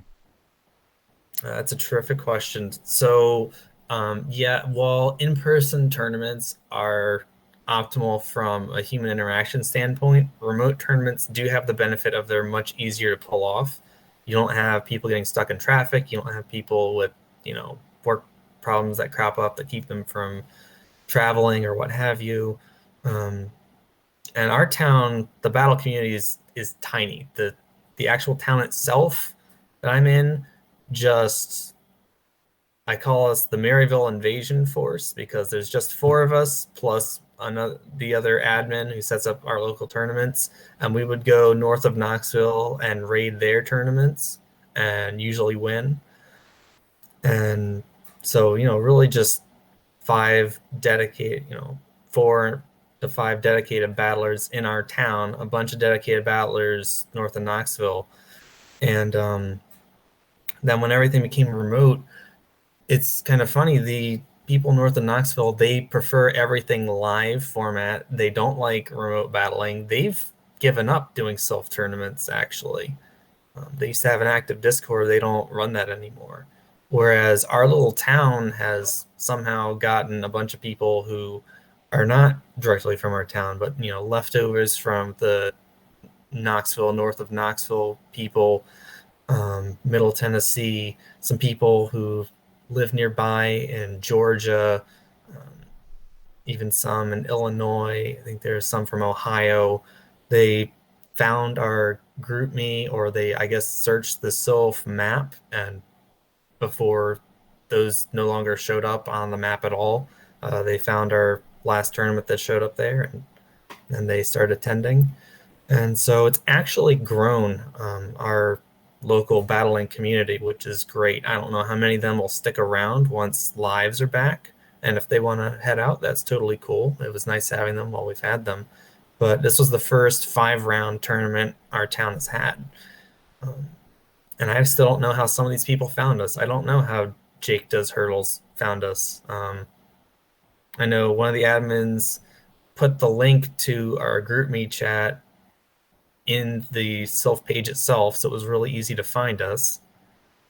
So there are some benefits to the remote battling system, outside of the headache of trying to arrange a time to battle somebody from Eastern Europe by battling on the Go Stadium server. Like, that's a huge headache, but other than that, it's been easier to do. But I definitely had a lot of personal motivation to go out there and drive the 45 minutes to go to those other tournaments in person. That kind of motivation is kind of waned a little bit when it comes to the digital tournaments. Like if I know it's going to be too much of a headache to even schedule, I'm just like, I'll just pass on that one. So, right. So what level are you sitting at right now? I'm just curious, based on when you started and given what your reaction to the level 50 thing, what are you looking at right now, and how does it affect your approach to the game? I hit level 40 in 1 year. I have not spent a single cent on this game. So that was entirely me going out there, playing the game smart, playing the game in a dedicated fashion. I am still at level 40 because I have not finished 30 raids, but slowly making the climb up to 50, I guess. Mostly I'm spending my time trading with my good buddies and trying to get good Ultra League Pokemon, because with the level 50, I want to say that's the biggest impact on the game mechanically is Ultra League. Because yeah, you've got your XL Azumarill in Great League now, but I looked at it, it's a difference of like 1, maybe 2 extra bubbles. Ultra League changes everything's changed. You've got your Galarian Stunfisk right under 2,500, as if we couldn't get away from it in Great League. You've got I had so many hundos that fit just under the 2,500 bar that are now worthless. So that's sad. Right. So how do you feel about the hurdles that Niantic has put in front of us from the perspective of someone who doesn't want to spend on the game and who does care about the battling aspect? I personally think that there's two different things going on with the levels of the mons and the levels of the player, since they took those apart. Do you look at those two things completely separately as well? Yeah, I actually asked my buddies, because I've been dealing with my situation, right? I haven't paid attention to all the announcements in the game and pay attention to those details the way other players have. Right. And I asked, so wait, do you need to level to 50 to use level 50 XL Mons? No. Okay, so what's the point? I mean, it's cool that it's there. Like, there are people who are on the GroupMe page changing their usernames to now they're level 43, they're level 44. It's a big achievement for them. They want people to see that. That's great. But for me, I'm more interested in, okay, I need to obtain these resources so that I can play the game more. I need more Pokemon options for tournaments. I'd love it if, I don't know if Sylph should or would ever venture into Ultra League, but it'd be nice to see more of that, because there are some things you see in Ultra League that you don't see in Great League. And same with Masters. So it'd be nice to have that variety there. But to do that, I gotta grind the XL candy, apparently. Right. The one thing that's funny about Sylph is so far they've taken the approach of just allowing you to rank. Are you saying you would like to see them develop metas specifically as the monthly cups that they do in other leagues, or are you just saying you want to be able to rank Sylph Ultra and Master League stuff? Because they do that, and that's actually what we ran this past week on stream. The one that I was miraculously able to win an Ultra Premier tournament this week, which is bucking the trends of everything I do on stream by winning. But oh, that's awesome! Congratulations. But I mean, did that count for ranking? It counts for ranking, but it's not really. It's not the same thing as like a monthly cup where you can weight it, and I mean, it's ultimately just going to kind of fall at the fringe of what affects your ranking each month. But okay, how do you feel about that fitting in, since you weren't aware of that? If you were able to compete in a Sylph environment, a Show 6, Ultra Premier, Master, I think there's going to be Holiday, although I don't think that'll be ranked because of the ranking holiday, if you will, in January. But how do you feel about that kind of competition in a Sylph format? I personally would love it. I don't know how successfully it'll take off. That's kind of something people in the community got to feel out and figure out what it is they want. But I love the idea of more formats, more options. If they want to run a theme tournament and open it up in all 3 leagues at the same time, I'm all for it. People can pick and choose which league they think they'll do the best in and go for it that way. And yeah, congrats on your win, even if it doesn't count like a weighted Nightfall Cup or something. Like, I've won a cliffhanger and it did nothing for my rank, but that felt really good. I worked hard for that, and that was a fun experience. So yeah, ranking is great, but getting to actually play the game and perform well when you put in the time and effort is really where it's at. So right, absolutely.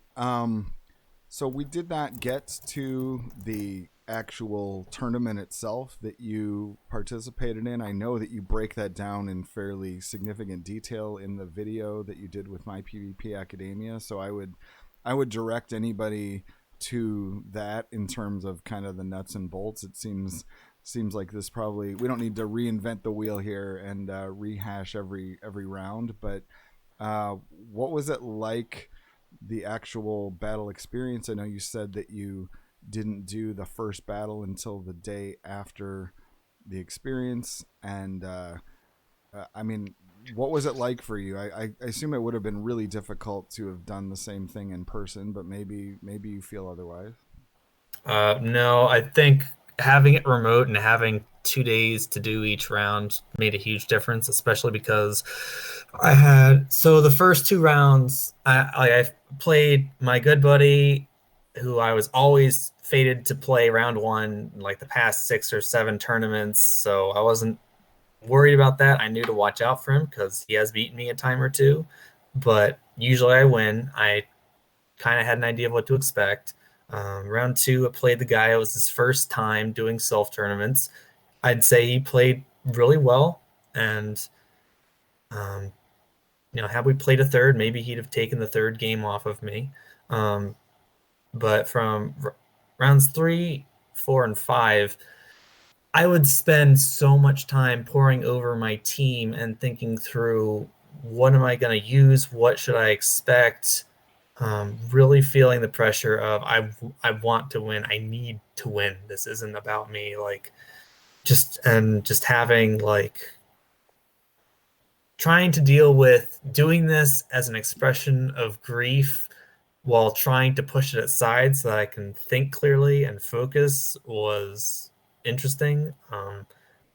I think the last 3 rounds, I would spend like an hour before the agreed time we were going to battle, just looking at the team, thinking through what I was going to use, thinking through, what do I lead? What's my contingency plan?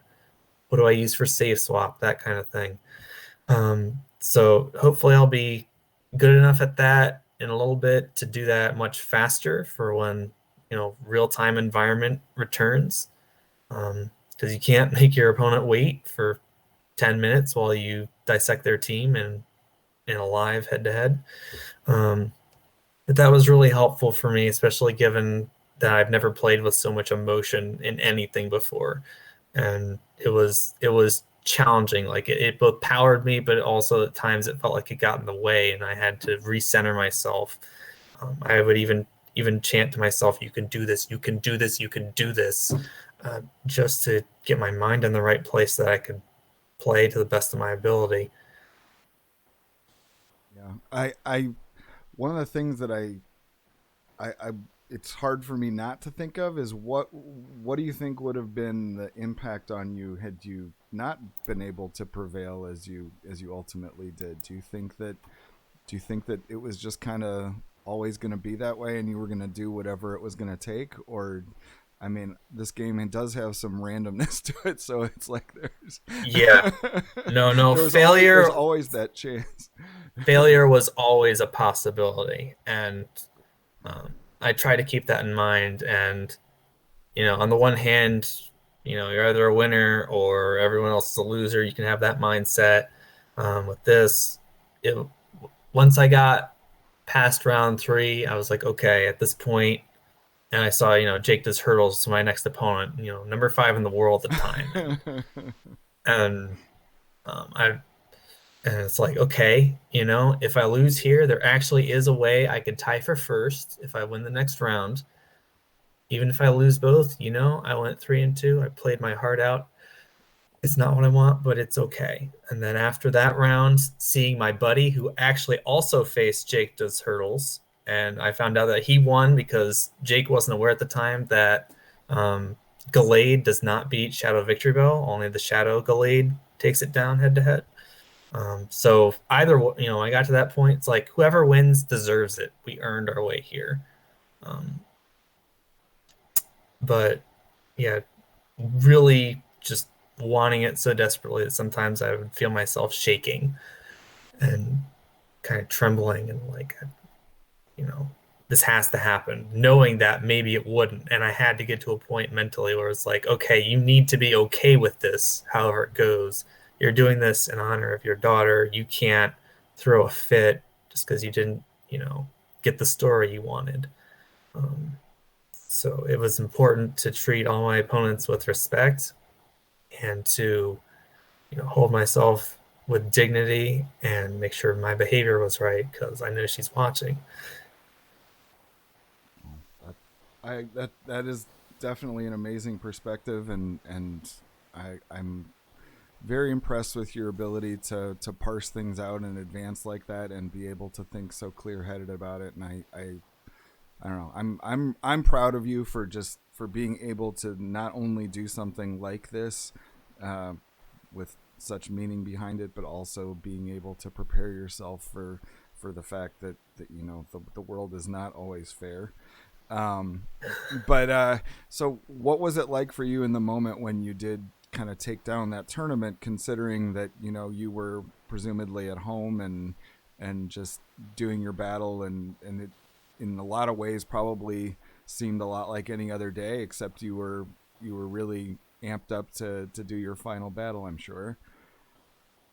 Yeah. It, so I'll back up briefly. I won the first game. The second game, I'm not sure if I could have won based on our leads, if it would have made a difference throwing Psychic instead of Ice Punch.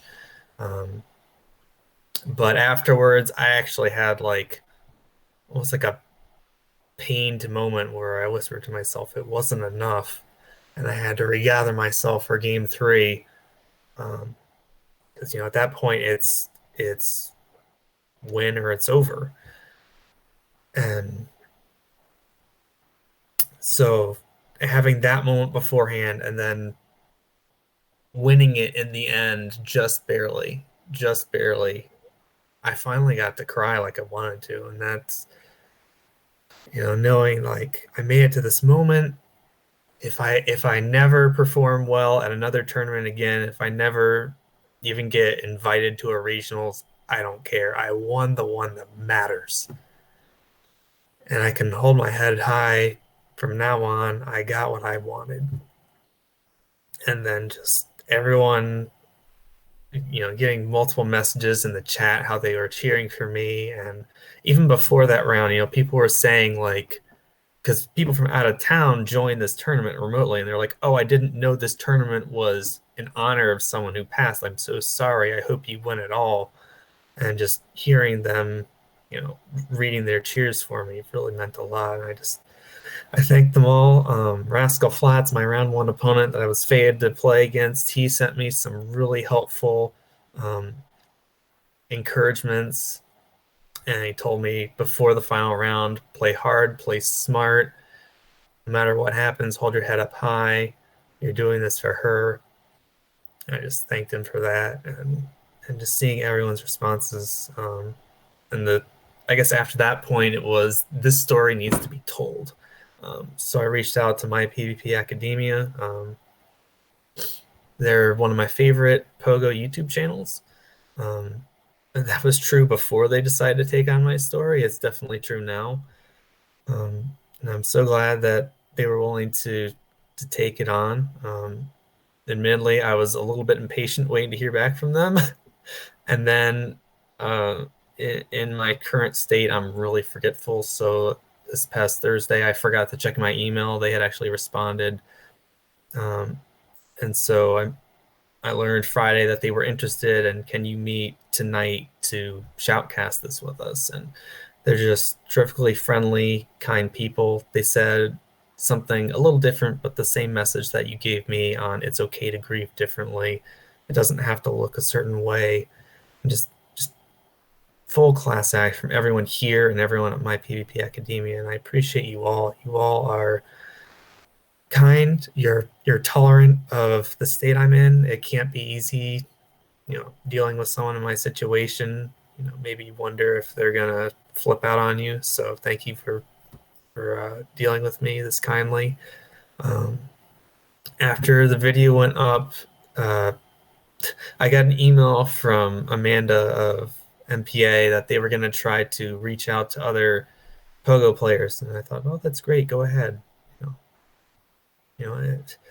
Anybody who is weird enough to grieve the passing of their kid by playing a video game should be happy that anyone wants to share the story. That turns out they are trying to make things go viral, which, seeing everyone on Twitter and everyone's messages to me and the comments on YouTube, kind of just like a Stantler stuck in the lantern headlight. Kind of overwhelming, and I really appreciate everyone. I'm trying to respond to everyone, let them know like my genuine appreciation, so that they don't feel ignored, or I don't want anyone to think I'm doing this for publicity. Hell no. I appreciate your willingness to have me on here. I got tweets from Self Arena itself, and I got one from Speediest Chief. If it's okay, I'd like to read his, because he's been my favorite Pogo player pretty much since I found him. The fact that he became world champ is just a bonus. Right. He wrote me saying, Darius is one of the kindest people I know. I'm so sorry that this happened to your family, my friend. This video is a testament to what the community means to us and how Self GG brings us all together. This is a crown befitting a princess. And that's just how many real life sports or how many gaming events have the current reigning champ reach out to someone in my position, just of the kindness of their heart, like, and that's representative of everyone's response, and you guys are just amazing, so thank you all. Yeah, I know that when Speedy won the championship, I mean, you know, we try to be objective and not play favorites, and you know, especially when you're trying to just cover the affairs, you're just like, okay, you know, this person could win, that person could win, but I really want this to happen. And you know, we didn't say that, but when we had Speedy on, and then when he won, we were all unbelievably grateful that we had such an unbelievably fantastic ambassador for the game that was at the helm. And if anybody is good news for the game, it is Speedy, and that's just who he is. Absolutely. And his reaction doesn't surprise me in the least, because that is who he is. And I hope that you know that, I mean, to me, the value of having you on is to put a human face on this game, and to make sure that we all remember the parts that matter about this game. And your story is absolutely that. And I wanted to have you on, even without knowing exactly what you were like. I listened to the video, and you know, I knew that my PvP Academia had reached out to you, so I felt confident that you were a good guy. And I want the world to know, you know, that there's a person behind the game, and that they're the person that matters. And I bravo to you for what you did, and I really hope that you maintain the perspective you have, and that accomplishment always means something to you, and that even I hope you stay engaged with the community and enjoy it, but that you never treat another tournament quite in that way, because nothing can ever hold a candle to that, I'm sure. So I'm absolutely glad, right. I'm glad that it worked out for you. And yeah, I don't even know what there is else to say. Because of the last minute way this came together, I kind of tried to clue in that normally when we have guests on, it's up to them whether they want to stick around and kind of chat about other stuff going on. It's not necessarily a huge news week, but I mean, to me, it feels like you probably are fairly emotionally spent, and I don't want to just have you hang around, and because we can go for hours, but we hope that we've exposed you to another corner of the internet where hopefully there's a little bit of humanity as opposed to just GBL crazy. And I appreciate you coming on more than you know, and I'm trying. I'm pretty good at breaking down on stream. I'm getting better at holding myself together, but it hasn't been easy. Your story is definitely inspiring, and it was a pleasure to meet you. Thank you. Likewise, I'm really glad I met everyone here. I really like the way the stream's gone, honestly. I know you said, and you wrote on the Discord, that you feel like you're throwing this together, but the production value is definitely still there. Everything is going smoothly as far as I can see. I really appreciate you having me on here. Um, I do work in the morning, but there's no way I'm going to be able to fall asleep in the next little bit. So I'm willing to stick around for a little bit if you want me around. I don't want to take Absolutely. up your full stream either. No, So absolutely. just let me know when you want me to share my thoughts, and I'll try to No, we contribute. will just kind of it's like, think of it like Bill Maher, if you will, maybe when he has a guest and then they walk over to the panel and you're free to chime in. You can be the guest in that way as well. So I would say that the let's see, the biggest how do you feel about the story, guys, that came out, and it kind of raised eyebrows, and it goes along with a lot of what we've already been talking about, but it didn't really I don't even really know what it said at the end of the day. It was entitled that Pokemon Go creators say COVID is existential to our game. I think that they probably mean like an existential threat. What do you guys think about the emergence of this piece? Do you think it's kind of just a puff piece? Do you think that there's actually some thought going on at Niantic as far as what this game looks like with or without the ability to kind of operate day to day more so than we sometimes give them credit? Or do you think that it's more of a PR thing? I think they're making more money right now than they probably ever have. They're raking it in right now. And I think they're capitalizing off of the current pandemic, and a lot of us are not participating in activities that we used to participate in. We've got a little bit more free time, a little bit more time to spend money on their game, to go out, drive around, and grind. And I don't see how the pandemic is damaging their game when they're not really taking steps to stop us from participating in aspects of the game that would cause us to need to go out. Like, we're having a raid event in like 2 days. And you can't raid from home.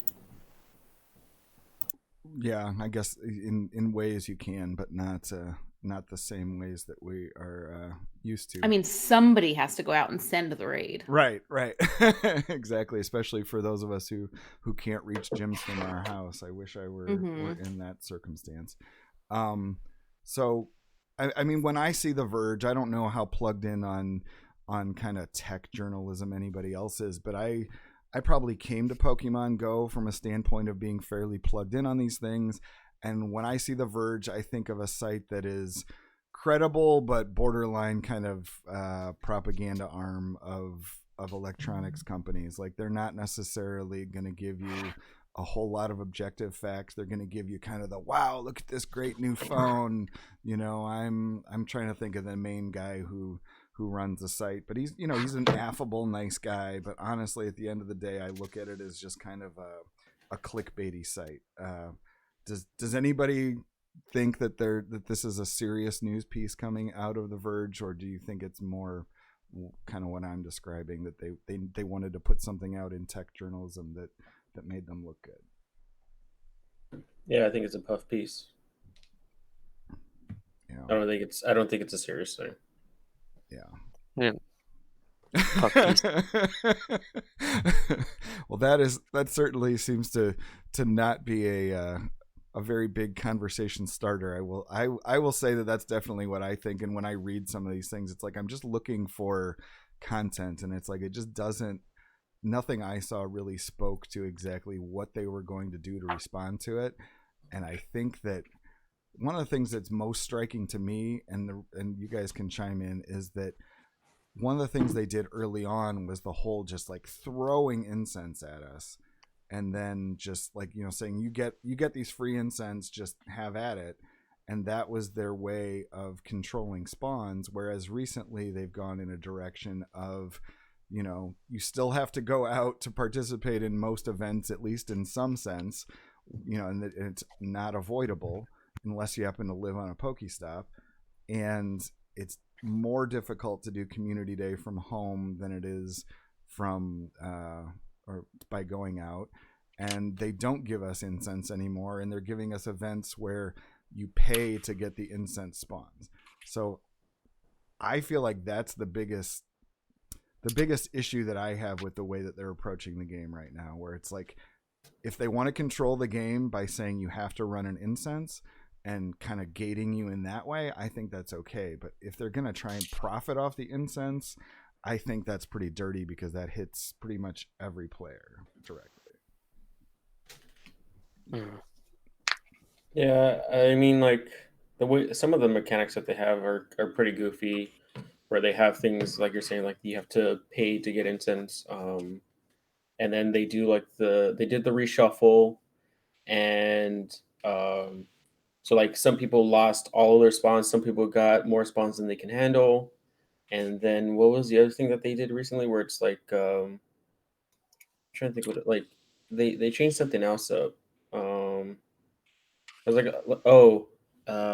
it was the nests. Like they cut all the like half the nests away, and I don't know. Like they did a lot. They've done a lot of things that I think they just have this plan, and like we have to implement the plan no matter what. And it's like, well, things have happened that are unforeseen. Like no one could have predicted a pandemic at all. So why don't we just like create a new plan? Like no, we have to push all this stuff out anyways. So like some of their events will contradict each other, or there's like tension in an event, or they're just like non-events. I don't know. It's really weird how they do things sometimes. Like they have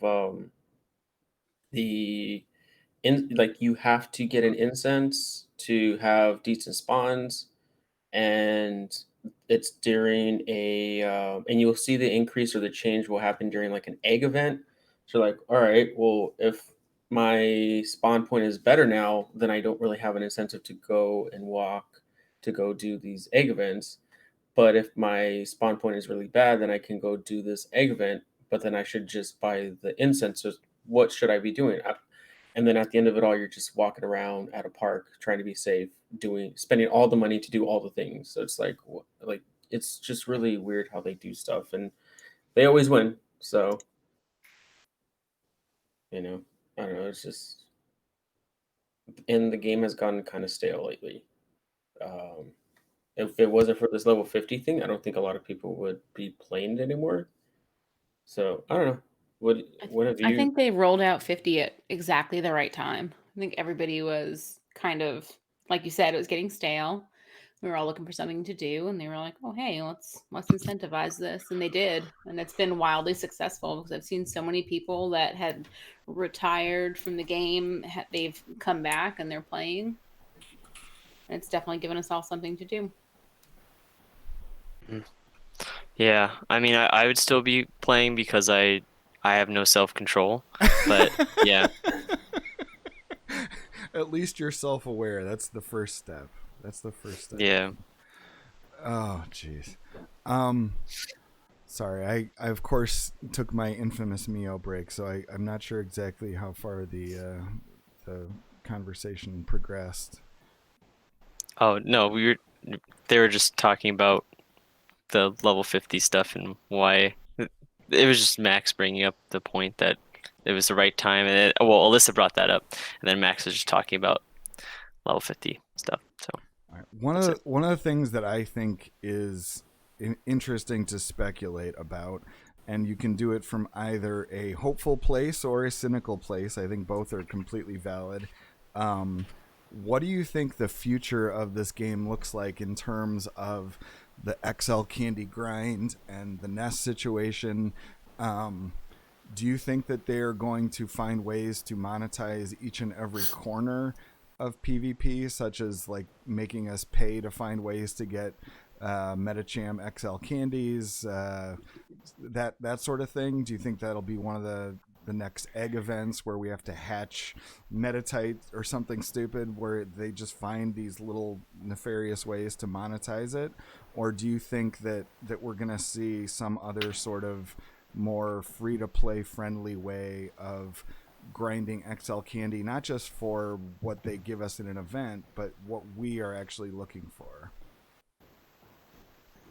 I'm definitely curious about what Daniel thinks of that, since he's somebody that obviously is less than enthused by the level 50 level grind, but knows that some of that stuff you need for PvP. Like, what's your reaction to a situation where with the Metatite situation? I don't know how plugged in you are. Uh-oh, you got a doorbell ringing?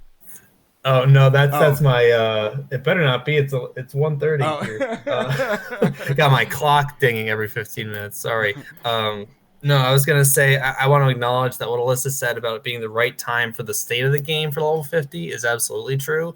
My statement about it should have happened already is more from the battling aspect of look at all the things nobody kept because there wasn't a level 50 to build to, and now everyone's got their pants down by their ankles and it has to scramble, which I mean it's good. You want to encourage activity, but man, does it feel dirty. As far as what I think will happen and how it impacts me, so I had a bunch of extra Metacham candy, and I evolved all these high-level Metatite that I had saved up and traded them away to lower-level trainers because I know what that struggle is like, and at least one of the trades worked out where they got a decent one out of it with less Stardust effort. So I have no XL candies for Metacham, and it's going to be that way for a while. What I think they're going to do is they're going to do events kind of like the Spotlight Hours where you catch a bunch of things with increased XL candy chances, and then there'll be paid tickets for people who want a bunch of guaranteed XL candy and chances to catch shinies and stuff like that. Right. Yeah. What Max, you surely can bring us a good way that they're gonna get money out of us for Metacham candies or just a general approach. What do you think they're gonna do? I don't know. I mean, they cut all these nests and they did a spawn reshuffle. So I don't know. Maybe they'll bring back the nests in some way, and they'll have a rotating list where what is it called? The migration will be like a whole new set of Pokemon and not just the same Pokemon moving over. And maybe they'll just say like, all right, these Pokemon are now nesting for a limited time, and they'll just never tell you when that limited time is. So that way it forces you to just run out there, get it, and just hurry up and do it because it might be for a week, it might be for 5 months, it might be for 6 months. Like we'll have no idea how long they are, but you just got to go do it or else you're in trouble. They're probably going to do that. And then because you want to get as many as possible, then you're going to be like spending all of your money on incense and lures to try to get as many as possible. It's probably how they're going to do it. It's going to be some kind of indirect way, so that way it's not a perceived like they're doing it exactly just to steal money off of this event. It's like, no, well, I mean, you don't have to. It's like, no, but they really want you to because then you really miss out. Yeah, what would you say would be the most fair and direct way for them to bring back a mechanic like nests that also was pandemic friendly? Well, they have these lures, so why not just make 18 different types of incense that you can buy at the same price? Just like, do you want a fire incense? Because people who like to do, I mean, like every gym is a theme. So why don't you have the fire instance like because like, oh, I'm a fire gym leader type of thing, or I'm a fire trainer, or I'm a grass trainer, and not the kind that smokes like he's like, I want to be a grass trainer, or you have a self meta that's coming up. It would be really helpful, even though they don't care about self related projects. But I mean, a lot of the things that are great for completing those medals, a lot of the things that are great for Master League are dragons. And so like I don't think many people have a platinum dragon one. So it's like, all right, I'll just get like a dragon incense, and then I'll just try to get as many dragons. They're all going to be bagging that you don't really care about, or was it the evolution of Trapinch? But every so often, like, oh, there's a 1% chance that it'll be a Dino, and then you can get that infamous shiny Dino that you're never going to get. But it's something where we could focus on, and like, I would probably spend money to get, more fairies if I needed a fairy, or a dragon if I needed a dragon, or something like that. So. Yeah, I think that's got to be the answer, to be honest. The question is how they could balance it for kind of a fair free to play /pay angle, and I would almost see where like you could have tasks that they distribute, and they would reward different type incenses, and you could decide which ones you did. Oh, no, because they did that already with the VR scan, but they had the A group and the B group. Right. So I would be in the A group because I would have no care or concern to get, like, I wouldn't want to pay or do like those scan codes to get the dragon incense. So I'd be getting that test, like, I'm never going to use this dragon incense. I'm never going to scan because nobody knows how it works, not even Niantic. And I don't want to, like, destroy this Pokestop because I somehow incorrectly scan it because of a bug on their end. So they could do that, and then somebody who only gets like normal spawns and poison spawns, like, I want nothing to do with these, incense ones. Then they'll be upset. So they can't do it that way because they'll screw it up. It has to be universal. And it can't be one of those things. Well, I guess what would be great to me then, if you can't do that, you could have these free boxes that they give us, but you have to choose which box you get each week or whatever, and you get a box that's got like 25 of a certain type or something, and that's your free one for the month or for the week, whatever it is. And then that's just what you use for your primary basis for your spawns. And if you want, but maybe they would charge a premium for like the dragon ones or the fairy ones or something that would be of a perceived rarity increase or whatever. That would be something like they could still make some money out of it, and it would protect some of the, maybe the badges, which are supposed to be harder to get, or the mons that are supposed to be harder to get behind a little bit of a gate, but it would still allow people who wanted to do that to do it. And for those who really, really wanted to, maybe they could have AR scan tasks for the dragon and fairy ones, but you'd still have the choice to buy it. I mean, I know that the AR scan thing is a controversial topic, and I don't entirely disagree that it's a bust, but if they at least gave you the choice of buying versus doing that, I think it would be a workable model. Yeah, or they could do, I mean, like some of the stuff that they have, I see in things like the Wizards, the Harry Potter Wizarding, whatever it's called, Hipwoo.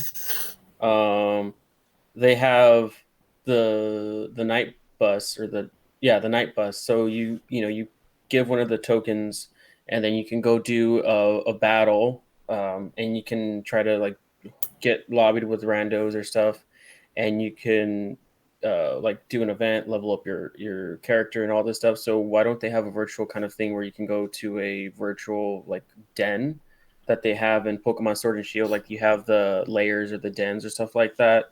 So you can go to a den or a layer to go farm certain things. You just have to buy a pass or something. I mean, you could do stuff like that, right? Or at least temporarily. Yeah. Does anybody think that it would? I mean, I can't think of anything that makes any more sense than a type-based incense to kind of temporarily replace the nest mechanic for now, because there's got to be a way to farm what you want without going completely crazy spending money, or completely crazy, like basically manipulating the game by, just hatching a ton of eggs, spending money, using phone rockers or something to get yourself insane amounts of the candy you need for certain things. How do you guys feel about some sort of type-based incense being the way they do it? What do you think, Ethan? I think that's possible. I was talking actually with one of my my locals about like having nest events if they were actually cognizant of nests, like what if they did like a day where they boosted spawns at nests, like they did like a nest takeover where like the nest spawns were heavily boosted, and it was like you can go to that nest and actually get a sufficient amount of things, and it doesn't have to be like a super great nest. It can be like whatever type of nest it is, and then they just boost the spawns for a certain area. Right. I think that would be really, really cool, where it would just be like a nest overload type event. Because I have like a Clefairy nest nearby, but it's like terrible. There's like maybe 5 Clefairies in an hour, and that's it. So like, if they did like a nest takeover or a nest like you boost a nest and you get like 50 Clefairies in an hour, I think that would be insane. I think that would be awesome, and it wouldn't break anything. I It would don't just think give people more resources. right. So what would be your response to people who would say if they don't live near a nest or on a nest that like that would be really pandemic unfriendly? What do you think about Okay, that? edge cases. I mean, do you think it's an edge Well, case? Because I mean, I I hear don't it live is anywhere near anything like that. It Like, is at an edge. all. It is an edge case. Okay. I guess I do. I vouch for the incense for during COVID, definitely. But when things start to, if there's ever a scenario where things go back to normal, right. I think the boosting the nest thing could be an interesting idea if Niantic was actually cognizant of nests, because I don't think many of them are I still. mean, Like the yeah. PvP are, the PvP people are, but that's Right. I mean, like it. I'm 100% invested in the nest idea when conditions are normal. Like honestly, anything that screws up the nest thing to me is kind of, at the core of why I would be angry. Like it's what I love about the game is going somewhere I might not have gone necessarily, and either, discovering I really liked it or just having a story to tell because of, what I did to grind candy, or, just being able to do something. It kind of lends itself to what Daniel was saying with regard to like going out into the real world and doing something that it more closely emulates, like actually putting effort into it, and just like, I went to this place to get this thing, and you might remember where you got it, and you might, the number of places that I discovered when I lived in Pennsylvania, just based on the fact that I found out it was a nest, and then like it later became like one of my favorite places to be. It's just like that's the kind of stuff that happens in the game that like I really value. So I definitely want that to exist. I just think that you really have a lot of pushback from people in terms of anything that's COVID unfriendly or pandemic unfriendly, whatever we want to call it, in terms of encouraging nests, because I think it's a very different dynamic depending on where you live. You live near a college campus, and you say that most of the time these days it's fairly empty. But say people live somewhere where it's like a small community park that's the only one that they've got, and it gets overloaded with people, or you live in like a metropolitan area like New York and like Central Park or something, and a certain area gets overloaded, and you're just like, that kind of thing could definitely get out of hand and not really be a good look for the game, I'd say. But I definitely hope they don't kill nests long term. Yeah, no, I like the incense idea for COVID, because you're not really supposed to be going outside very much. Yeah, I do like that idea. So there has to be some way of providing players with resources without having them like find workarounds. So that's definitely my opinion as well. Right. Yeah. So, Alyssa, are you on board with the idea of typed incense as a way to kind of get around nests being nerfed, or are you really just wanting nests to come back? I miss the nests. I really like the variety and being able to drive to go get different nests. So it kind of sucks that now it's so few. Incense would be really cool. I have a couple of badges I would like to work on. Dragon for one. I think it'd be really neat if I could focus on that. I would definitely pay for it. Yeah, I like it. Is anyone in the group currently hatching something other than the 7K eggs or 12K eggs to try and particularly get a certain kind of candy? I'm not aware enough of what the smaller or the normal spin egg pool is these days to even know what I would be doing. But is there anybody who's actually done that work to figure out what they would want to do? Nope. I'm just hatching whatever I get. If it's a 12K, Right. I'm gonna hatch it. If it just nothing in particular. Yeah, that's how I feel as well. I'm just hatching whatever I happen to get. And the other thing that strikes me on that is that Victor last night told me he still hasn't gotten the bonus egg slots. What is the situation for everybody here in terms of what your egg slot situation looks like? Do you all have the 12 egg slots, or are some of you still not getting that feature? Do you have it, Daniel? I think I have it. I mean, it shows on my screen. I'm not sure if it works or not, though. I don't know if it puts eggs there when Monday comes around, because I'm so used to, okay, I gotta pop all these eggs before the bonus kicks through, and so I'm not. I mean, I see it on the screen, but I don't know. Fool me once, shame on you. Fool me twice, shame on me. So, because I'm afraid to test it. I can attest to the fact that at least my version of it works fine, but I know some people don't even have it. Do you guys have it, Ethan? Yeah, it's here. It's working. And do you have the version that shows you now, or no? I mean, I think I'm all updated. Well, there were initially. I know there were two versions of the beta test, where it was one that has the part at the bottom that says bonus storage, and there was one where it was just not differentiated. Your egg shrunk, and you kind of wondered what was going on. I had the bonus storage, like since it came out. So I guess I just had the bonus storage one. I don't. And I know Alyssa wasn't here last week. Alyssa, which version, if any, do you have? I have the bonus space, but not the box. Okay. Oh, okay. Interesting. And Max, what do you have?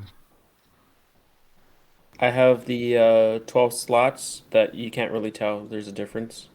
And the only thing I can see is that it's 10 out of 9, 11 out of 9, 12 out of 9.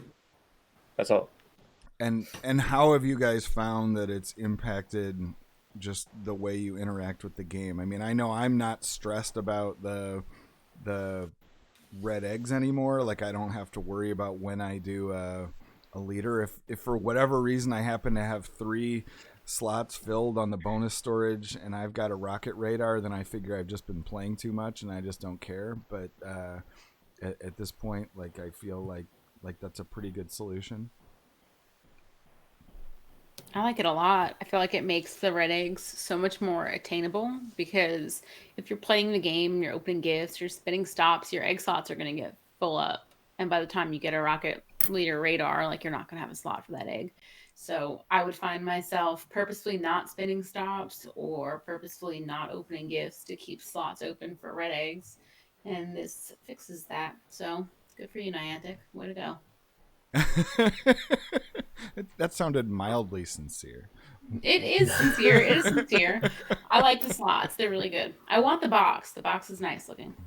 The box is nice looking. Special note to Niantic, if you can change the visuals on the box, I think Alyssa should have a bow and some nice sticker coordination going on. Your eyes lit up on that one. Of course, yes. I mean, they're spoiling me enough with these stickers that are coming out that are so cute. The little like laying down chunky Vulpix. Yes, we established long ago, before it was quite as controversial for the things that Niantic was selling, that Alyssa is a true sticker enthusiast. She's the one in the group who's willing to shell out for the stickers. Only people I really like get the good stickers, though. Well, now I know where I fit on your totem pole. Oh, I give you good ones. Awkward. I give you Suggestive Trico. He's a great one. Suggestive Trico. Yes. Now I gotta rename all the stickers. Simp Pikachu. Thank you. Oh boy. Good one. Now we've got Twitch this week telling us we can't even say that, but I don't. They're not cracking down on it yet. Yeah, I gotta look at all the Sorry, stickers. just call it like I see it. Oh man. Yeah. Our Very- community is definitely going to be hit hard by that loss of that word. Yeah, Um, definitely. I would have called it the same thing.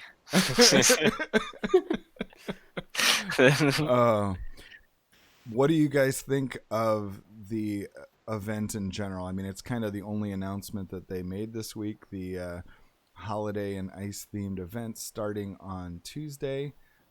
They do hint at the stickers they're going to have, which I would agree with Alyssa as far as these things go, are unbelievably adorable, considering that I am a big fan of the Vulpix in all varieties. What about the actual other functional parts of the event? We let's see, Pokemon hatching from eggs: Oh, yeah. Seal, Swinub, Smoochum, Snorunt, Snover, Vanillite. So other than Vanillite being a new one, there's no such thing. There's not going to be such a thing as an Ultra League Dugong, is there? We're not going to be seeing that, I hope. I've looked into that. It gets to like 2200 ish. If I get a hundo, I'm gonna try it anyways. Probably won't work, but Not I have yet. done research into that. Not yet. Until they announce level 60 in 6 months. Just shoot me now. So then Dugong will be all over Ultra League. But yeah, for now we're safe. Other than Vanillite being new, I'm not seeing a whole lot there that's earth shattering, but I guess the Seal XL candies would be interesting. So what's earth shattering there, Jiggly, is I'm gonna be living outside because Snover is everywhere, supposedly. And yeah, that's all I have to say. Okay, and those are the wild ones. Yes, it does say it only mentions Feel, Snover, and Vanillite. Snover's huge. Right, Snover is a good one. Mega Glalie will eventually be a thing. And Mega Glalie. Frostlass has been winning how many tournaments this past year? So yes, Frostlass is a beast confirmed. Now, do you just need a better Frostlass, Ethan, or you don't have a shiny, or you just are a real enthusiast, just like you are with Pikachu, where you just want to get them all? Oh no! I'm in it for the Snover candy. That's what I'm in it for. The XLs, like this or whole the event. regular candy? The XLs. Because I was talking about it earlier. I have a rank 30 Shadow Obama Snow for Ultra League. He needs to get up there. I'm taking him. He's going all the way. That's right. Yep. That's true. Yeah. He's going up. So we're gonna see just Ultra League Obama Snow for days after this event, right? Yeah, we are. So I'm not gonna run it, but I'm gonna power it up. All that dust just to not run it. That sounds like what I would do. So what's gonna be the counterplay in Ultra League to everybody else running Obama Snow? fire. Of Charizard.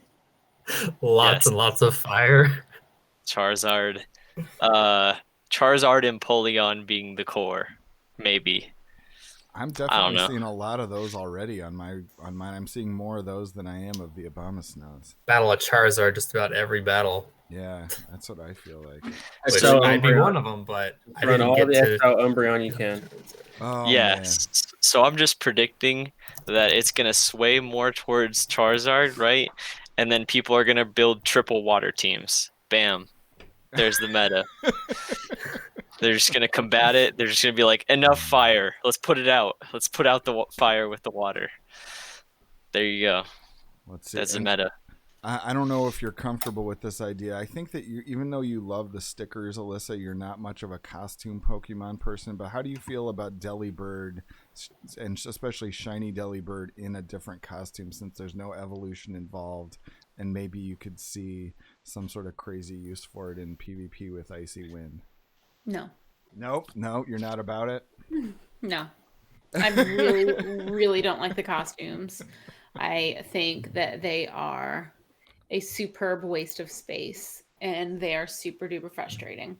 And I really don't like that you can't evolve them, and I don't find myself needing more than one of them. So, like RC said earlier in the stream, gets one and then ignores the rest. So do you want to know why they make those? My some buddy. kind of like camaraderie? Because I'm not here for it. All right, Mr. Grinch. Oh, I hate them no. so much. I mean, I'm with you, but like my buddy Red Dragon Woody, he has a living Pokedex. He wants a shiny of literally everything there is, including the freaking costumes, if he can. Is that like definitely? Is that gendered too, the living dex, or is it? No, I don't think he's that level of insane yet. Okay, I'm sure once he completes it, he'll look at his collection and be like, this perfect Pokedex isn't perfect enough. I need to make this harder on myself, and then he'll add some new things. Yeah, that's what it's for. Exactly. Yeah, one of my locals that did he drives us around for raid days. He has a living dex of almost every Pokemon with both genders. Oh my word! And Why that's do people like what he does. So I don't know. He wants to make sure he has every single gender of every Pokemon, and like all the shinies too. It's just I don't know why he does it, but he does it. There you go. I feel like I remember Alyssa was excited about Litwick Head Sableye. Am I wrong on that? Yes. Okay, so I should take this back because there are some costume Pokemon that I do like. Like, I got this really great plushie from the Pokemon Center last week, and it's Yamper in a little Zigzagoon costume. And he's, like, really great. So I like this Pokemon in a costume, not so much the ones in game. His little hat comes off, and he's so precious. He's so great. That is really cute. The Sableye, I got a perfect one with the Litwick candle, which of course is worthless now. I mean, but that was kind of useful because you can use Sableye without evolving it. So if you can use it... Well, yeah, but it's a hundo of it, and now things go above the CP that hundos went to, so... Mm-hmm. And it doesn't go up to Ultra League level, even Mega Evolved. It's going to get to 2200 again. And it's not shiny, so it's useless. Got a cool hat. It's got to be a Shendo with the hat, or else I think it's awesome. Can't use it. Just transfer it and send it out over. It has to be a lucky Shundo. Oh yeah, there you go. Useless. Yeah. Then it'll do more damage finally.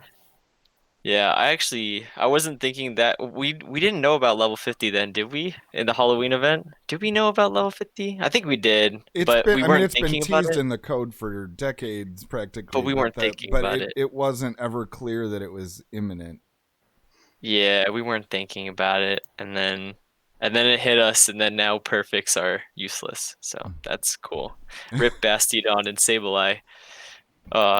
I mean, I remember when months ago they had talked about it. I was like, all right, I'll just keep whatever because I'll pay attention to it one day. And if I really don't need it or I have one Pokemon, I'm like, I really don't care if I have a good one or not. I'll keep it. But then I kept all the Sableye for either trades or whatever, and now I have a good Sableye for the new level 50 rework. So, but am I ever gonna max it out? Hell no. Like I'm never gonna get the XL candy, so much for that. I did dodge the bullet. I kept putting off powering up a Sableye, and then level 50 came out, and I'm just like, I'm so glad I didn't put any dust into any of you. Yeah, I haven't powered up a Sableye either. I'm in that boat. Good job for holding off. Yay. Stayed strong till the end. Yes. Mm-hmm. I don't know how you guys can do it. I've done two. A regular one and a purified one, and I thought I was holding out, so I don't know what you guys, just crazy you're I'm maxing out my Azu. I'm level 50 Azu. Here we go, Ultra League. Oh my god! All right, Jiggly, we find alternatives. We use Spiritomb. We use what we have. That's what we do. Says the guy who copy pastas teams and tells me that I should run Azu. Tells me I should run Azu when I don't want to. Jeez. Use Azu. It's good. Oh my goodness. So Max brings this up, and it was talked about in chat. Obviously, Umbreon is one of those beasts that's been talked about as well as something that's now going to be an Ultra League staple. It feels like one kind of like Abomasnow, kind of like some other ones where the candy for it's going to be pretty prevalent. It's just a matter of when. But I have definitely started to see some Umbreon even at my lowly elo. What do you guys think about Umbreon long term in an Ultra League meta? And do you think it has to have Last Resort to be viable, or do you think that at least right now it's just so good and it's not being directly countered by most teams so that it can run without it? You need Last Resort for the mirror match. And Alola and the occasional Obstagoon. I'd be using Umbreon right now if I got to evolve the really good one I got in the past year and get the move on it. Yeah, it's just for coverage. You need the coverage for sure, I think. I don't think you can escape by it with just foul play. It's really scary if you do that. I feel like it's kind of a different equation though, right? Like when it was Sylph and everybody was like, everyone's going to run Umbreon in Ferocious, and if you don't have it, you're at a disadvantage, and if you run it, there were people who found ways to win with it without Last Resort, but it was very much like you're gonna see the mirror. So I feel like right now we're in the situation where you're probably not gonna see the mirror, but that's also gonna probably change in 2 to 4 weeks where like everybody's gonna be running one and you're probably gonna see the mirror. So in the short term, do you think you still need Last Resort on it, or do you think that it's more of an evolving situation? I mean, obviously you're not going to win every GBL match, but it's not the same kind of stakes as a Sylph tournament where you kind of have to run the table to win a lot of them. Well, I think without Last Resort, like we mentioned, you run the risk of a muck swapping in on you, or things like that can actually hit you, right? And you can't hit back. And having that happen, because I feel like Umbreon would be a safe swap, right, for Ultra League, just as it is in Great League, or even a closer. Today I saw a muck in the lead even, and I've seen Umbreon in the lead. And so having an Umbreon go against a muck in the lead, obviously, you're not going to win that. So you'd need to safe switch. I think having the Last Resort is key because, you at least have something to hit the muck with, Right. Yeah. I assume nobody on the call actually has one built at this point for Ultra League. A maxed one to 50? Yeah, I mean, I guess there are some XL things that I would consider running without maxing it, but I don't think I would probably do that too far short of it. I'm waiting to max anything until I'm at that level where you need to max the 3 things. I don't want to get ahead of myself and then not be able to do that. So I'm going to hold off until I'm there. Yeah, that's so. Well, you can start leveling it up to 49 just to be safe, and then you can use it with the functional. That's and then when you do the tasks, are kind of like bam, level 50. Smart. Yeah. Or best buddy it. That's what I was actually just about to say. So I almost have enough EV candies for level 50 Umbreon, but I'm gonna take it to 49.5 and use it as best buddy, and then I'm gonna power it up at the end when I need it. Yeah. There you go. So 49.5. Whatever works. There you go. Yeah. So, yeah. Bam. I'd be using it already if I didn't have to use an Elite TM, which I'm holding on to those because there's so many things. I don't know if I'll get to have the move on that I've been waiting to evolve. So, Is there anything else from a PvP standpoint that you guys have already earmarked as one of your ones you're going to max up to 50 for the level up, or is Umbreon the most obvious one and only one you're sure of? Azu is my number 1 choice right now. Azu's always. Is that going to be your Umbreon counter, or is that just your meme counter? No, it's just a meme. It loses to Umbreon. Umbreon is like CP 24 something, and then my maxed out Azu only gets like 17, 18 or something like that. So it's like it just gets completely outclassed just by sheer like The last resort. That's another reason you need a last resort. There you go. For Yeah. all the Azus you see in Ultra League. Yeah. So that's Azu, even with play rough, still loses. Yeah, because it just takes forever to get there. Oh, that hurts. That hurts my soul. Has anybody been thinking seriously about taking the angle of trying to use purified luckies even to do your 50s because of the decreased XL cost? Or are you just going to take your best one or whatever you think is the most relevant thing? Because it's a lot cheaper. Well, I need to know what I have the most candy of. Like, I can sort all these Pokemon by all these weird things. Just like let me sort by how much candy I have. Like, which Pokemon has the most candy to which Pokemon I have the least amount of candies of. So that way I can be like, this obscure, like, I don't know, like I have Zubat candy is my most. All right, cool. I have like 10,000 Zubat candy. I could level 50 a Crobat right now. Screw it, let's do it. But I have no idea. I have to go through everything. Pogo Joel said he saw a Scarm and a Noctowl Max Fright. Yeah, I've intended to do both of those. I'm already working on a Scarm, even though it's technically only got a 14 attack. I've been using that as my power-up buddy. And I definitely want a maxed out Noctowl. But I'm not lucky enough to have a Hundo Eevee. I've never had a Hundo Eevee.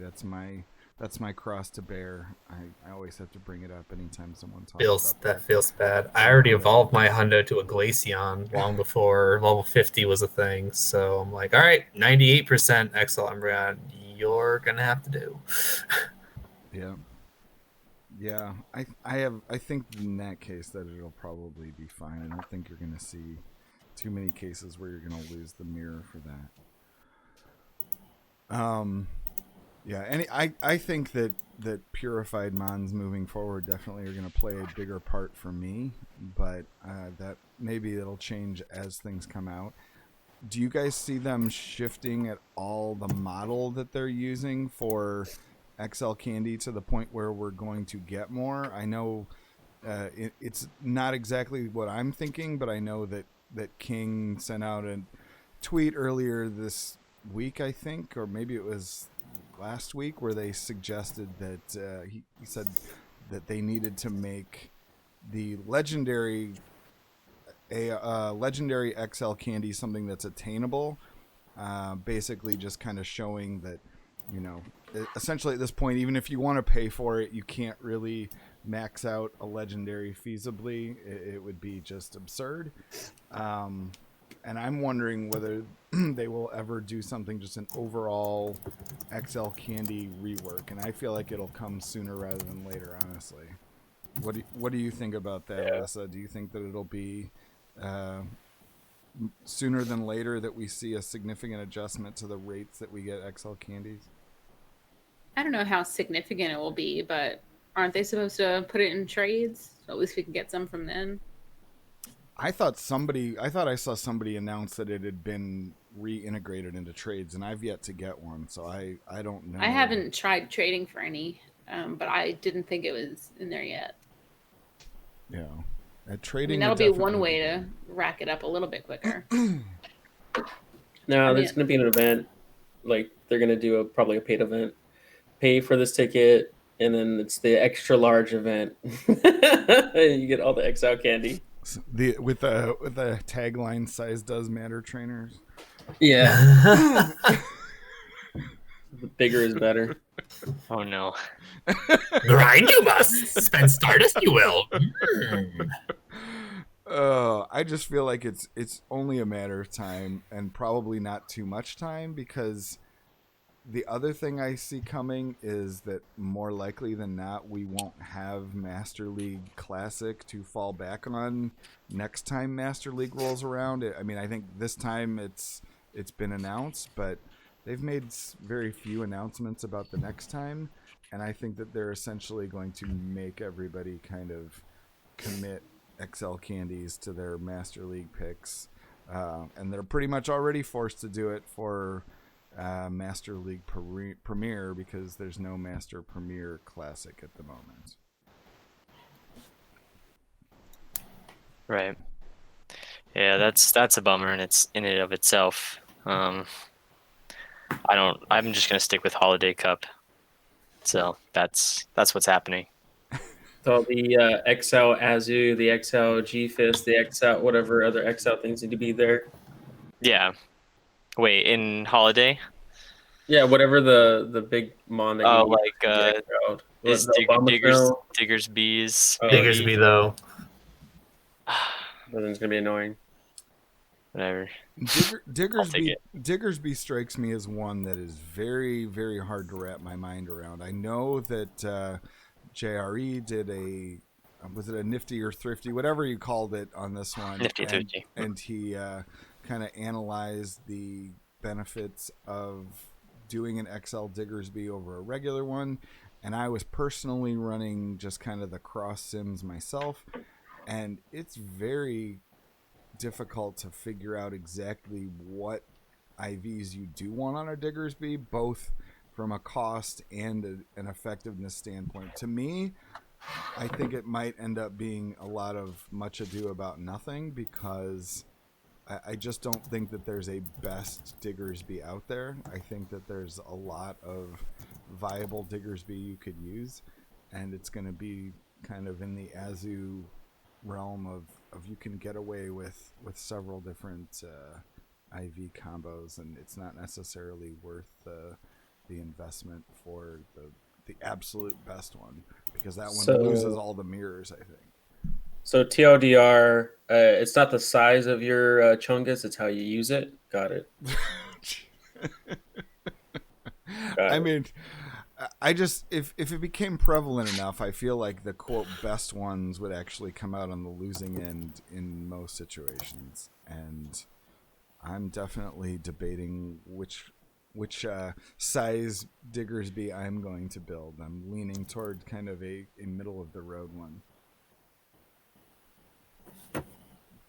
Is any? Sure. I know that you have one, right? Scientist, some sort of Diggersby. Is it non-XL? It's non-XL. It's a rank 1. It's a 14, 15, 15. Level 40 rank 1. I don't know. It's weird. The thing is very weird. I don't know how. I don't know if people will like playing it. Personally, I'm like kind of on the wall about it. I think it's a cool pick for like a constrained meta. Maybe like Holiday, I might try it, but if it's available, I think it is. But yeah, it's really weird to play. Like it feels kind of like it feels kind of slow, and it doesn't hit hard. So like stuff crops. I guess kind of like the earthquake chunks, but like I don't know. He just kind of sits there and he throws his arms around. I don't know. Sounds like Ethan doesn't know how to use it. I don't know. Well, it's not even that. It's like it's clunky. Like I don't know how I feel about the thing. It's just in most cases you're either getting farmed down in a negative matchup, or you're trying to beat something with earthquakes, but you get shields and you're just like okay, I guess I'll just fire punch, and then it does nothing, and then you're just crying. This is personal experience. I'm sorry to hear that your Diggersby has caused you so much pain. It's okay. Yeah, I'll just refund it. I'll ask Niantic if I can have a refund. Just kidding. Yeah, I don't know. I personally, like, I know people are probably excited for the XL Diggersby. I personally, I don't really see the hype because I've used one. But especially in Holiday Cup, where there's things like, there's Skarmory, which it's still, I'm pretty sure, is a close matchup against, because even though it has Fire Punch, the Sky Attacks and Brave Birds just hurt. there's the Vigoroths. There's like there's just things that hurt Diggersby in Holiday Cup. So I don't know. I guess it's good for the Obama snows, but I don't know. Yeah.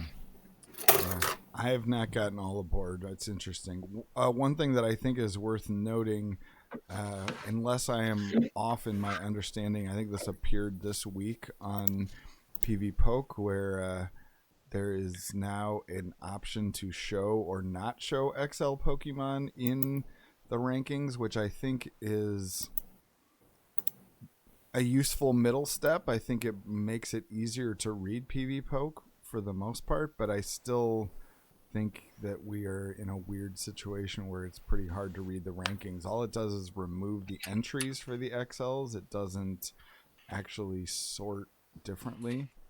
Have any of you? Do any of you have an opinion on PV Poke and the way it is operating with regard to XLs now? Well, it is useful to see and compare at a glance, okay, what's the difference between this XL and my non-XL?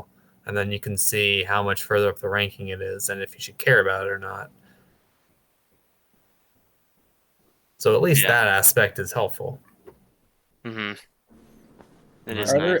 Are there any XL shadows other than Snowbama?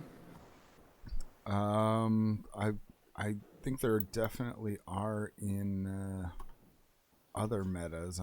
We're talking in what are we? Shadow XL.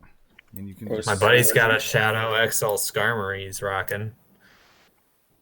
Yeah, like that stuff just becomes like really complicated. Lapras, Shiftry, Skarmory, Magnezone. Well, that goes above XL, so never mind. Yeah, it's more of an Ultra League problem. I don't know in Master League, but and that's the other thing that's so weird is that I've had this discussion multiple times, and I don't want to just keep rehashing it, but ultimately whether or not something appears on the list as an XL has to be kind of a judgment call made by Kakuna at the end of the day, where it's just like, oh, this thing is relevant enough to include an extra entry, this one's not. And some of them are going to be very marginal calls, and some of them are going to be like somebody just figures it out on their own, which I think is fun. But I mean, there are definitely things that can be XL Shadow that are not listed on the list, but that doesn't mean that they're not a thing.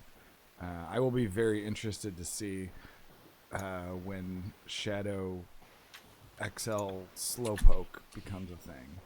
I feel like that's only a matter of time. That's gonna be crazy.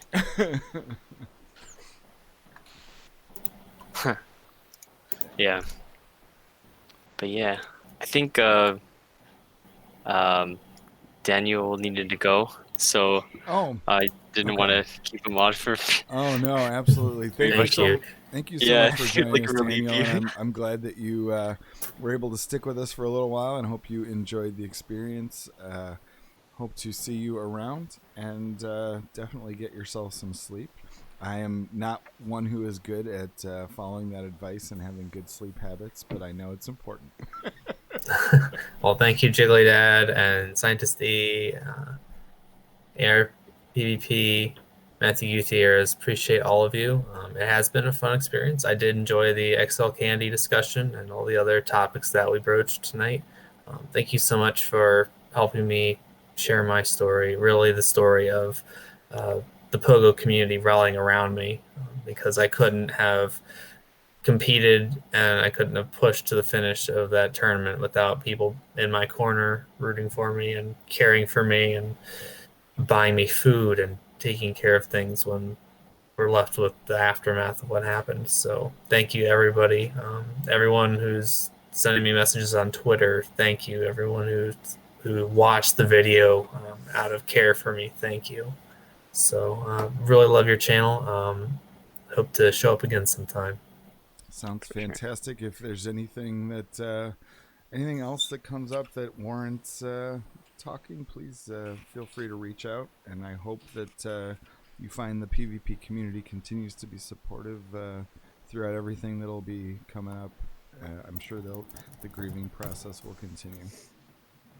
Okay, thank you very much. Good night, everybody. Take care. Good night. Good night. Let's see. I don't think that that there was any sort of reason. Did anybody have a PvP angle to Starbucks having a relationship in Asia with Niantic? It doesn't really seem super important. I don't think that they're probably getting any sort of exclusive stuff, although it's probably only a matter of time. I don't know anything about that. I'm reading about it now. It doesn't really look like anything. No. It looks maybe like a sponsored stop kind of thing. Yeah, it'll be nice for them to have, I guess. But I think it's similar to the whole. I don't know if you guys heard about GameStop getting gyms now, but like they're like pushing outwards a little bit more in terms of like sponsored stuff. Talk about an unholy alliance between Niantic and GameStop. GameStop, yeah. GameStop, you go there like, yo, I bought this PS5. It's unopened. Can I sell it back or something? And they're like, yeah, we'll give you like $1.50. And then you go and you're like, Niantic, like this gym isn't working. It actually took coins away from me. And then I had to go and like, sorry, that sucks to be you. And then GameStop just like doubling nose, like, man, that's an unholy alliance if I ever saw one. Oh god. Yeah. I don't know how I feel about it either, but it's a thing now. So this is Niantic's world and we just live in it. What is the state of that? I have heard talk about it, but I don't think I've seen an official announcement. Is there one? For the GameStop thing? Yeah. There was, I think. And I did see a gym pop up on my local GameStop. So it's definitely a thing. And it's sponsored. Just use the internet to your advantage. What I sometimes do is I just make a blatant claim, just like, oh yeah, shinies do more damage. All shadows are great. All like just a generic thing, and then someone on the internet will get pissed enough to correct you with real information or whatever, and you're just kind of like, oh good, I didn't have to like waste my time investing into research. Somebody did it for me. You just have to throw it out there, and then they'll correct you, and you don't have to do any research. Right. It's select GameStops too. I'm gonna make sure I put that out there before. Yeah. Okay, there we go. That makes sense. I think I kind of remember that, but I don't know if we have the same dynamics near us as you guys do with you. I would agree that GameStops tends to be. I hate the company, but the locations tend to be one of two things: either in a strip mall or in a regular mall. So if they're in a regular mall, presumably that seems like a really weird time to make that alliance, because people would literally have to go in the mall. And if it's a strip mall, most of the time the parking is really scarce by these GameStops. So can you imagine if we have like things where we've got people raiding in strip mall parking lots and there's like not enough parking spaces, and it sounds like a situation just like the Sprint thing where people would be, in theory, they're trying to drive more traffic to their store. In reality, all they're doing is creating themselves hassle, and your local manager of a GameStop's going to be like, get the hell out of here, Pokemon Go players. Like, we don't want you here. They're going to be shooing them away if they're loitering in the parking lot. Then don't you ever raid in LA, because that's all that some of the people do. They literally will drive 5 miles per hour in peak traffic to try to get all the stops up for like, oh, there's a Starbucks. Oh, TGIF. Oh, or I'm sorry, TGI Fridays. Oh, Walmart. Oh, and like they're spinning all the stops. Look, a stick in the road. That's a Pokestop for you're just like spinning all the stops and traffic. They're honking at you, and you're just kind of like, oh, I don't care. I have my hazard lights on. It's fine. And then the hazard lights. Oh my gosh, the hazard lights. Just driving through, doing all the stops, doing all the gyms, and you're getting all the Pokemon. You're like, wait, I gotta shiny check everything. Wait, hold on. The driver's like driving. He's got like his knee up, and he's like checking. He's like waving people around. He's like, just go. And like then the other person's like, wait, I didn't check. And they're like, why? And the driver's like, I checked everything. So they just take off. No! And so yeah. Whatever comes out later, and Jake did that. Don't you miss the IRL experiences? I'm not gonna lie. I don't really have high opinions of LA as a baseline, but that's something right there. Yeah. That sounds like something I've experienced, actually. Man, Pokemon Go Community Day, like, isn't it great? You get to interact with the community, and it's just like, yeah, in the worst way possible because you're creating traffic for the whole community. it's amazing. Oh man. I actually haven't been in, like, I think when Sai came to visit, Super Science Sensei, I think we talked about this, right, on during that community day. Like Yeah. he invited me to come in his car, and we like drove around for the last bit. But personally, like, I mean, obviously, I'm with Jiggly on the fact that I love walking around during community day. So it was like a really rare thing. But the person driving didn't play, so that was a good experience. I think I've only had the experience Max described, I think, when we were doing the whole LA tournament thing, and someone was driving us there, and it was also community day that day, and it was just, yeah, it was that. It was that experience. Yeah, because you have the people who are like, oh, I got 32 shinies. They're like, you got 32 Magikarp shinies. What are you going to do with them? Oh, I'm going to transfer them all. But look, I got more than you, Mr. 10 shiny Magikarp. You're just like, all right, whatever. Like, I'll transfer them in front of you. okay. But like, I only got 8, and one of them was a Shundo, and this person got 32, and they're like, my best one was like a 74%. It's just like, okay, like, we all play the game differently. Relax, guys. It's okay. Not everything has to be a competition. Oh Yeah. boy. So we Community day, not competitive day. sounds like we need to recycle the blame Max meme, because the only time scientists had this experience here is around Max. So I wasn't around. I'm just him, saying, like, around the but LA Mega. yeah. And, you know, Yeah. Okay. Yeah. let's Yeah. blame Max. Blame Max. Oh, Okay. we had our 1-year anniversary of that too. Somebody. Yeah, I saw that. Yeah, I saw that. I wanted to comment. I got distracted, I think, but I wanted to comment. I think I might comment. And Lemon Line too. He posted that because he was the winner, so he posted about it. Like, oh, it was a year ago today. And I was like, yeah, well. But now we're gonna come up on Orlando's 1-year anniversary. That's right. And then Portland. Yep. And then And we're all dead. We're all doomed. then Then we do have a redo of the St. Louis. Right? Oh man. What do you think? No. Nope. No St. Louis Chicago Go Fest redos. Nope. We were It's all the whole traumatized year enough. starting over again. I can't even imagine. What do you think would be the thought process at Niantic, where they obviously told people that they were going to delay these safari zones and that you would get to go to them later? What do you think their thought process is about actually holding them at this point? Do you think that they're just kind of looking for the opportunity to just say, yeah, we know that we told you we're going to hold them, but it's not going to happen, and there's another step in the road? Or do you think that they actually kind of think about having them at a certain time? I think it's kind of implied at this point that they can't have them. Mm-hmm. Yeah.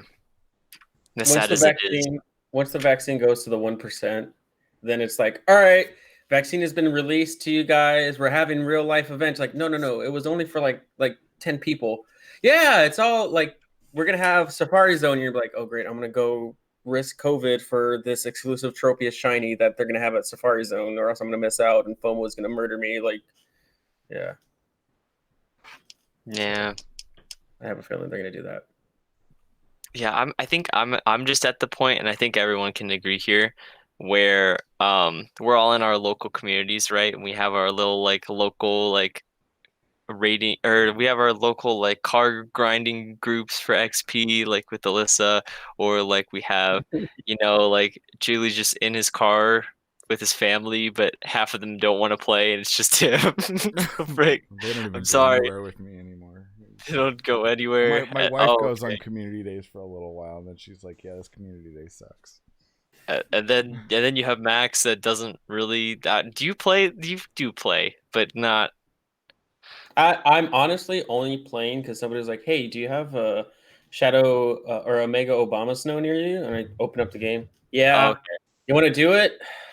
Damn it! I have to Mega Evolve because we got to freaking trio this thing.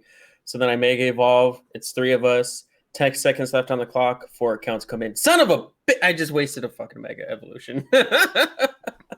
Yeah. Oh, yeah.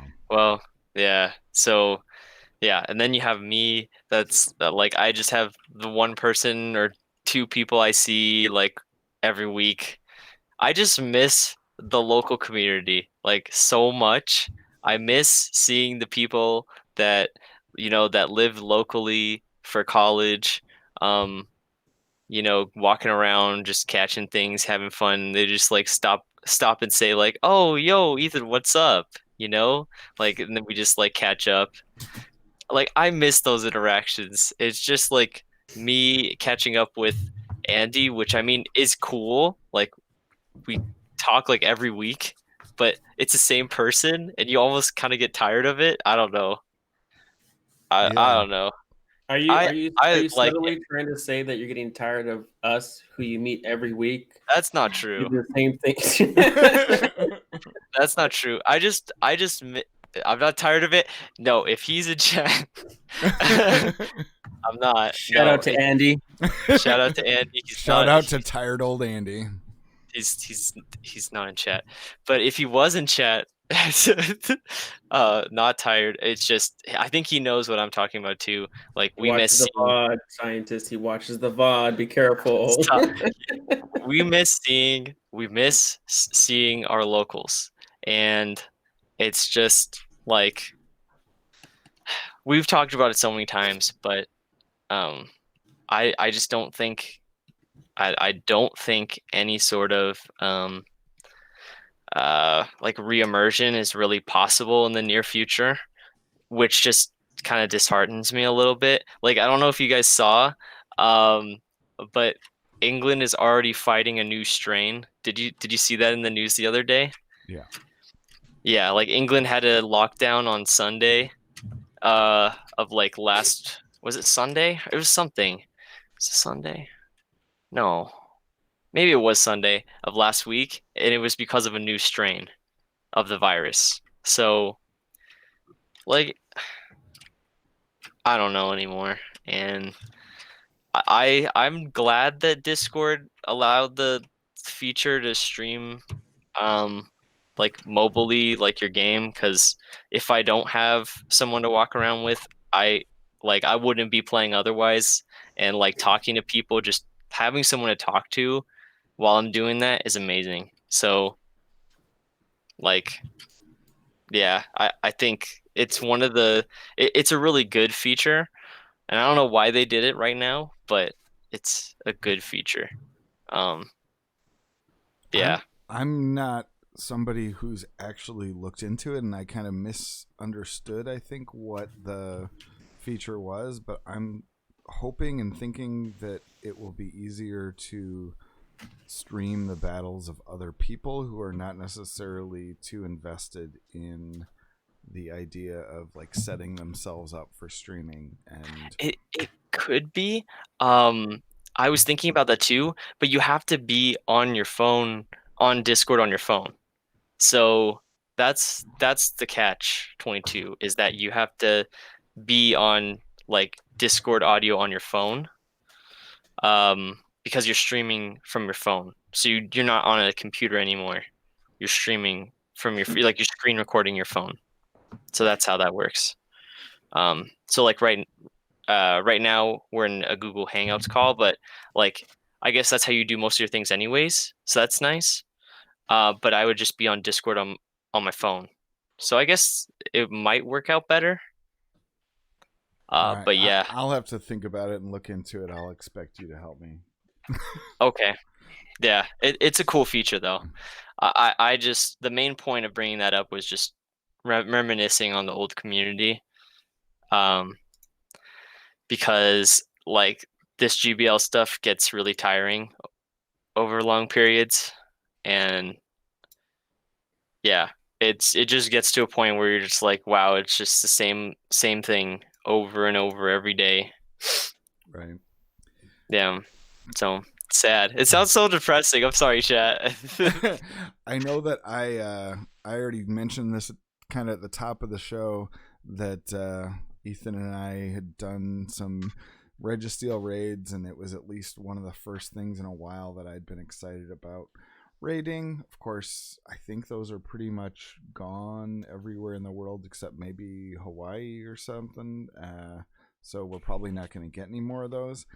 What do you think about the way that they've run these Reggie events, and were you able to actually get any meaningful resources in terms of Reggies during this event? Like, I don't think did you do any, Alyssa? Oh, I'm muted. Oh. Okay. Of the Reggie raids, I didn't. Yeah. No, I didn't do any this go around. What do you think about the 2-day way that they did it, where it was like just the weekend thing, and next time you'll just have to deal with Regites and so forth? I mean, I think that's fine. It's better than it dragging on for something you don't necessarily need. Mm-hmm. I think the weirdest part to me is just that it was still diluted with Kurum, and it's because it's such a niche kind of thing. Getting the interest to actually do it was kind of difficult, and so you had to wait for it to hatch, know that it was actually a Reggie, get people on board, and then get the raid done. So I don't know, especially given the whole XL situation. To me, it just feels weird that they only gave it to us for a couple of days when Registeel is such a big deal in PvP. It didn't seem like a lot of people were really interested in doing the raids. Yeah. So I didn't really feel like I had a ton of people to do them with, and it's not like a new shiny, so people weren't super excited about it. Right. I think the draw was mainly the candies for sure. Mm-hmm. And you don't get many of those anyways. So yeah. I think the biggest dynamic that sucks is unless they're weather boosted, your likelihood of getting an XL is pretty low. And I don't know that I encountered any XLs this time or any weather boosted ones. Maybe one. Mm-hmm. That's rather unfortunate when the whole point of it is just thwarted by what the weather is going to be. It sounds a little bit much for the game to let it be that hard to get it. Yeah. Okay. Sorry. I know that I really wanted to get someone on with regard to the EU Emperors, but of course they are all asleep. Maybe some of them are waking up about now. They did manage to take down the Go Stadium, Go Team Up tournament for, I believe the tweet said, the 3rd time.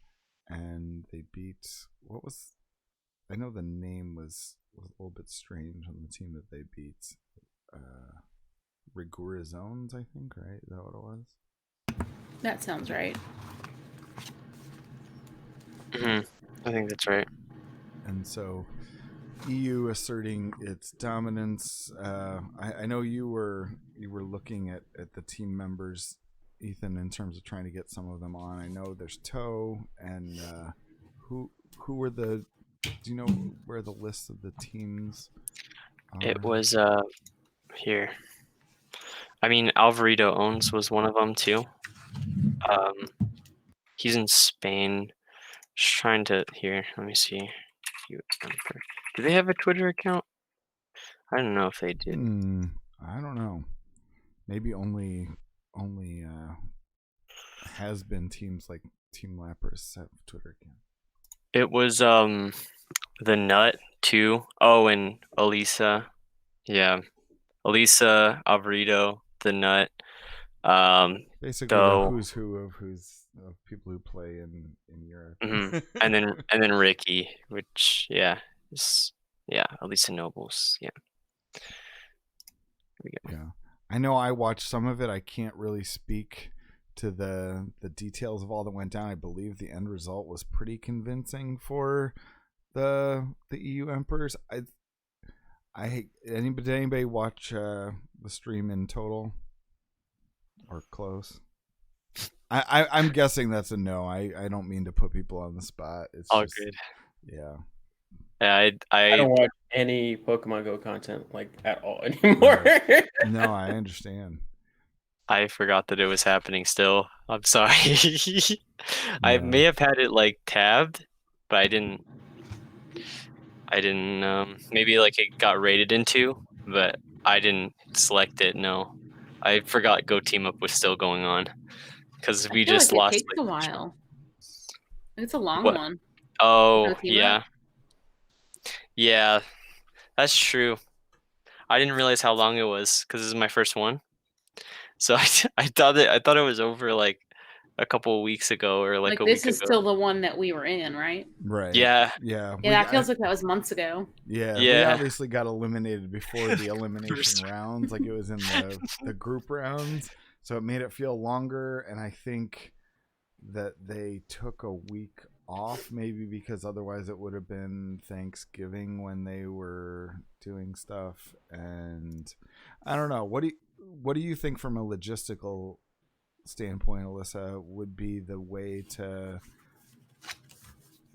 approach team tournaments to kind of maximize the fun value of them and like the community involvement without being burnt out? Obviously, once again, we're stuck with sort of this remote version of something that we would love to have be a little bit more personal. I think the team It would be really cool if we could do team tournaments in person, but just because of how spread out everybody is, COVID aside, I just don't know how feasible that would be for all of us to really travel. Like our team, for example, we are all very far apart. Right. With the exception of Ethan and Max, who are the closest. But even still, like that's not realistic to think we could get together to do in-person team tournaments.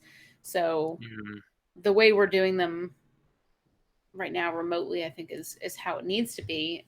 As far as the best way to maximize enjoyment and keep everybody involved, I'm not trying to. I mean, I think Go Team Up is doing a great job with what they're doing.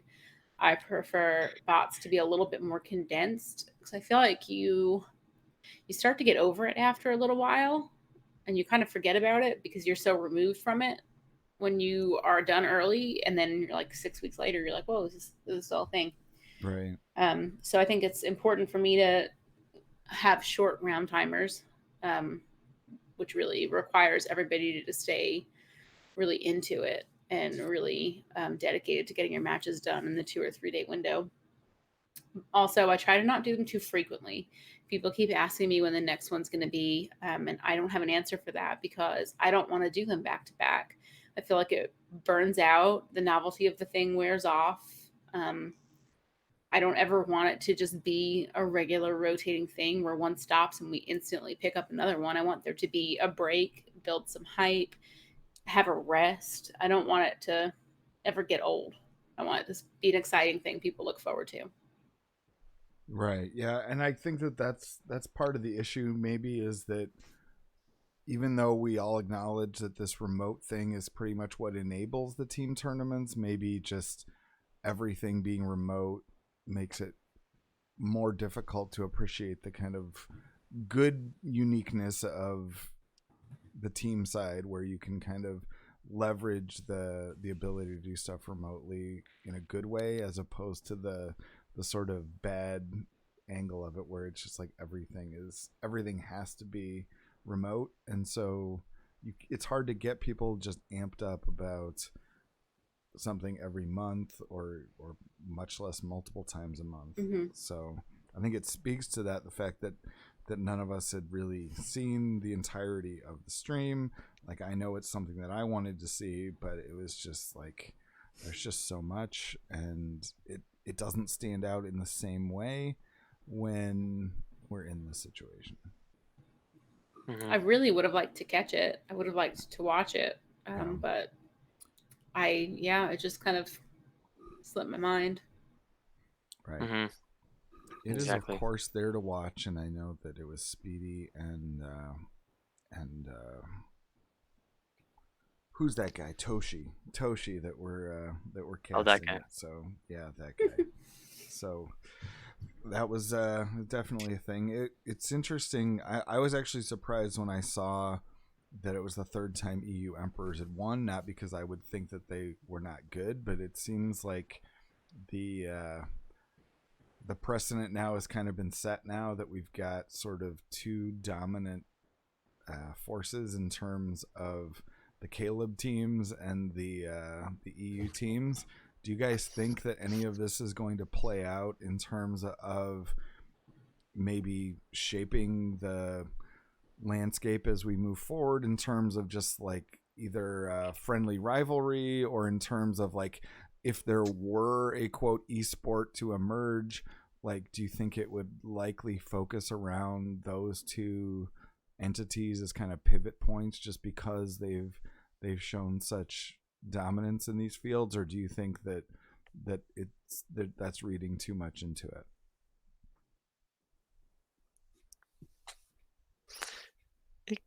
It could be. I mean, we see people like Speediest and Gucci and Panic getting selected by and was there in third or fourth? Mazer Gaming. Well, yeah, Mazer Gaming. I'm trying to think if there's anyone else. Man, why am I forgetting someone? I don't know if I'm forgetting someone, but if I'm I am, bad I'm at sorry. keeping up with all that stuff. I mean, Yeah, I'm really not plugged into the esports thing that much, but I want to make sure that. I just, to me, it just strikes me as interesting that we've got the two sets of teams that just kind of have emerged as the Oh, like the Yankees and the Dodgers kind of situation, if you will. right, right. They also picked up Math Magic as a coach. That's right. I remember seeing that. Okay. Yeah, so we have Mazer Gaming doing that. Um, and I know like Pokemon Go is nowhere near esport ready. Nowhere near. Nowhere near. But if that ever emerges one day, where there's actually like a scene, I definitely think that, teams like Rogue, like Team Rogue, like the kind of like the smaller teams, but the more well-known teams too.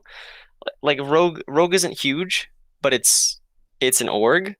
So they could start picking up people, and then maybe like Cloud9 and TSM will start seeing those teams picking up people from the scene, and then they'll get into it. So that's because that's usually how that stuff happens. So, because I was actually for one of the older mobile games, I think I've told this before, but I used to play another mobile game, um, and it was like a League of Legends style game, and I was like one of the like the community members of esport team for it was for Team Rogue, and they just picked me up like I'm just a kid in high school, and I was just like the community guy, so I kind of did like the community things, but that's all I did, and I just kind of like sat in meetings and stuff, and it wasn't really fun at all, and I dropped out of it because I didn't like it. But that's what they do. They come in, like the teams, they come in, the smaller ones, but they're well known, and then the bigger ones come in.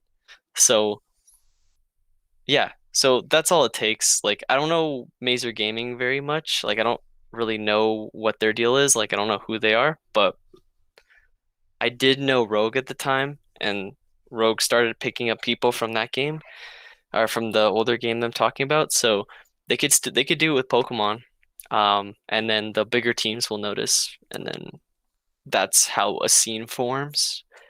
And it's all starting with the community, and we don't have that possibility of creating a scene right now, obviously because of COVID. It's a lot harder. So yeah, that's why we're far away from esport ready, and also has something to do with the red bar that we see constantly, from interactions, just regular interactions in the game at the top of our screen that says, it says the word error. I don't think that's the thing that people like to see on games. error.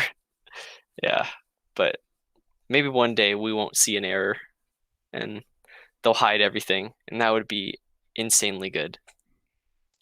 Is Yeah. there any other team that I'm not thinking of that falls in the same realm as the two that have kind of dominated in Cool Cats / Munch Cats, whatever we want to call it, and EU Emperors? Is there anybody else on that level, and who would that be? I'm trying to think. We have what is it? I was just looking at the tweet.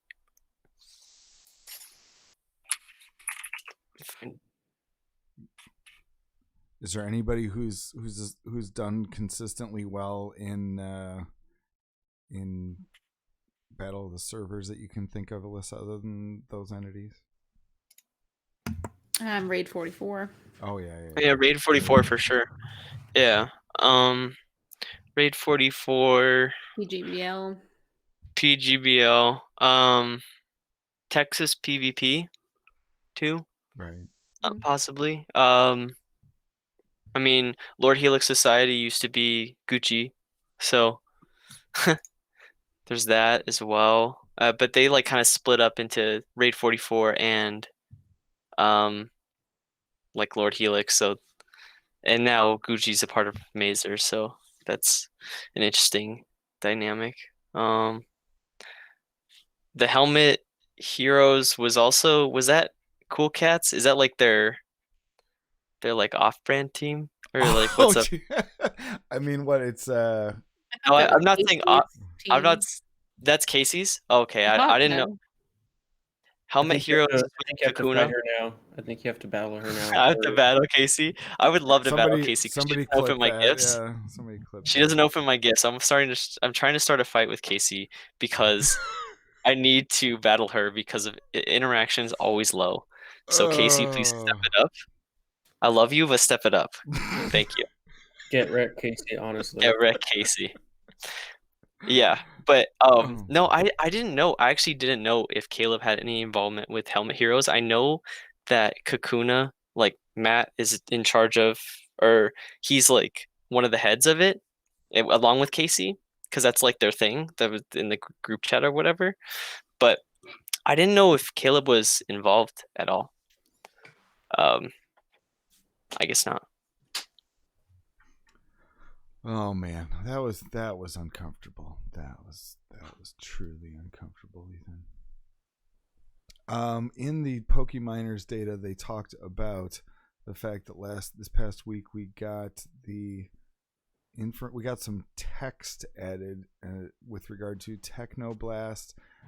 I feel like that there has been a reason to shake up the raid pool for quite a while. Do you think that Genesect is going to be the next thing we see? Probably something we see announced shortly, maybe tomorrow, sometime this week, as the next thing we get with just the different kinds of forms. It's going to be interesting to see how they're going to do that. If they're going to be like different typed for the moves, or what they're going to do with Genesect, but it's certainly going to be Genesect. Right. Yeah. I mean, I guess one can be cynical, and we can assume that the whatever they will do will be the thing that makes them the most money, which would probably be for them to just have different forms as different raid bosses, like they did Deoxys, and to kind of force us to do a bunch of them if we actually care to have them. I wonder if EX raids will come back with this. Oh, jeez.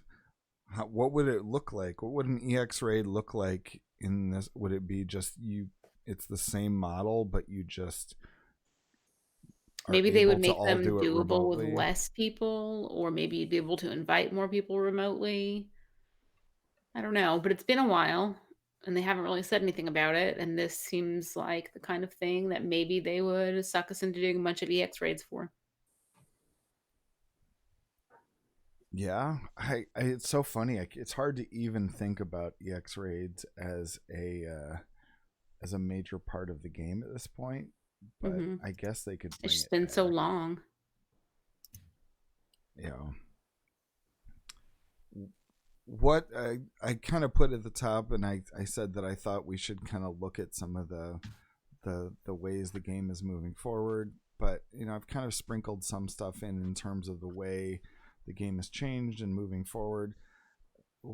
How about we wrap by people trying to make their best prediction that we can save for next year, for what direction you think the game will go, and that you're willing to put on the record as your prediction. And we can start. Well, I'll give you guys some time to think about it, because I didn't announce that we would do this, but I'll give. I think Max should go first, but we'll give him a few minutes to think up.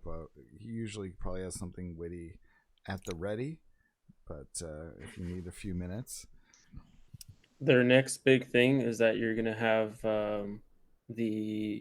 instead of Jesse and James, the meow thing that no one ever sees, you're gonna be able to have battles with gym leaders or other NPCs that you're never gonna see. The cool ones that you want to battle. It's gonna be something like Brock. I don't want to battle Brock again. Like, he sucks. Or the Gen 2 gym leader that has the bird, that as is like the flying gym leader or whatever. Probably gonna have something like that where you can battle them. They're gonna have these like non-battle battle things that you can do with gym leaders. That's probably gonna be something. So and you're gonna get introduction of more NPCs without actually making the game mechanic better for people who are playing at home. Is that the kind of overarching? Yeah, I mean, that's Niantic's kind of model, right? They want to make you do more stuff, pay for it, and have this feeling of FOMO, but nothing's actually different. It's just a different candy coating. And what will that look like? Will it look like kind of what we have with Jesse and James, where it's content that already exists in the game, but it'd be like a shiny version of something that already exists, or a shiny shadow version, whatever they want to call it? Or is it going to be something like really you have to play that part of the game to have anything close to it, and people are going to have to engage? Like, I don't know. Probably something like they're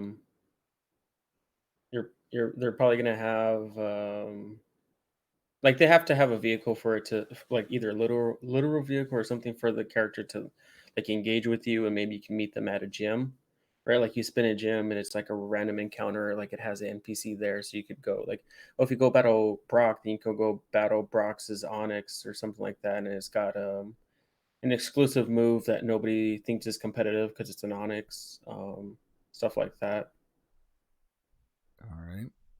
All right, Ethan, what's your prediction for the thing that we will see out of Pokemon Go in the new year to come at some point? Doesn't have to be this month, this week, but the direction the game will take that we can predict. So mine is kind of optimistic, but also it has some things that just make sense in terms of Niantic. So some little Niantic things just make sense. So decreased costs for XL legendaries. I think they're going to realize that no one's ever going to get these XL legendaries ever unless you pour your life savings into the game. So they're probably just going to decrease that. And decrease costs for powering up XL Pokemon. That's probably coming. I mean, because look at Shadows. Yeah, that's all I have to say about that. And then probably the introduction of new NPCs, like Max was saying, could be gym leaders at gyms, and you could get like items for beating them. Cool. That's pretty cool, but we're in COVID, so not cool. And I think there's going to be remote global trading. This is the optimistic part, but I'm hoping there's going to be remote global trading. That would be sick. That would probably be the next big update for Pokemon Go.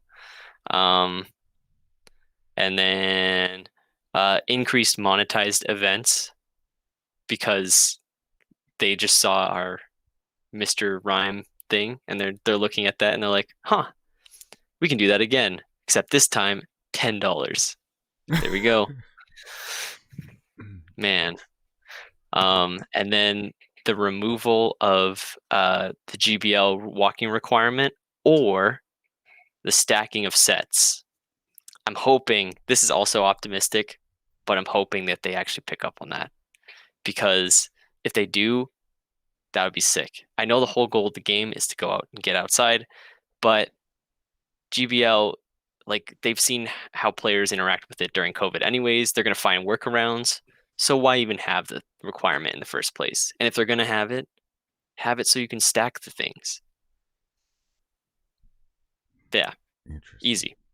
I don't know. I think they're going to, like, people are going to find workarounds. So why even have the requirements? All right, Alyssa, what prediction or predictions do you have? Ethan, I think, probably threw about 5 in there, so I feel like I can't did. But like Ethan, I also made a small optimistic list of things that I'm not sure Niantic will do, but maybe I would like them to do.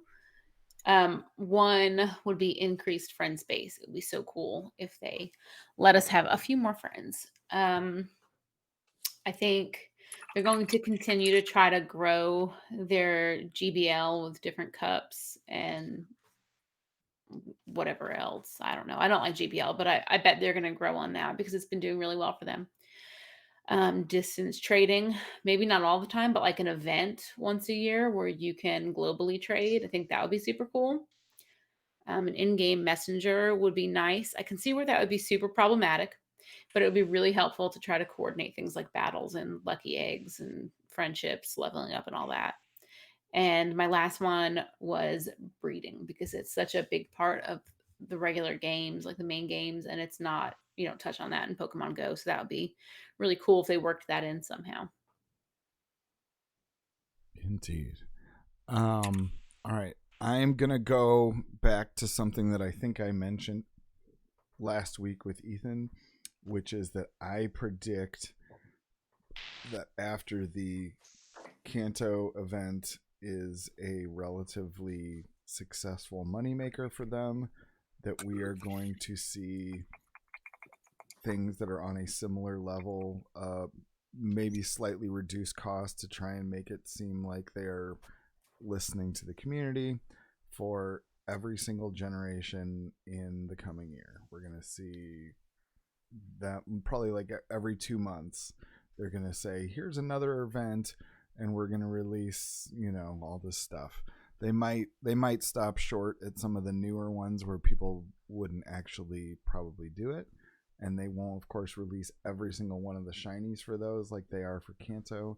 But I think the likelihood that we don't see one like that for Gen 2 in the next 6 months is practically zero. I think that we will see that, and that will be their model for a little while to try and get people to farm and care about XL candies before they finally open up the floodgates.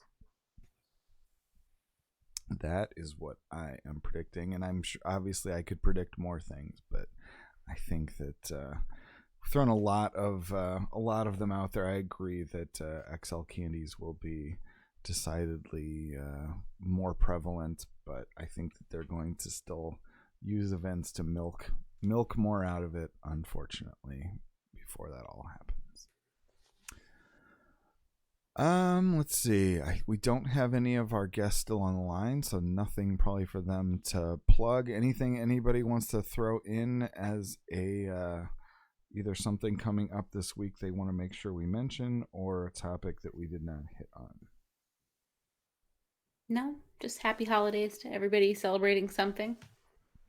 Oh, and I briefly mentioned it, but there will be no ranked Sylph tournaments whatsoever in January, so I'm interested in what you guys all think of that. And I know it probably makes very little difference for Max, and it probably doesn't make any difference to Ethan. But what do you think, Alyssa, in terms of not having any Sylph in January this year? Do you feel like that's going to be a good thing, a bad thing, or wait and see?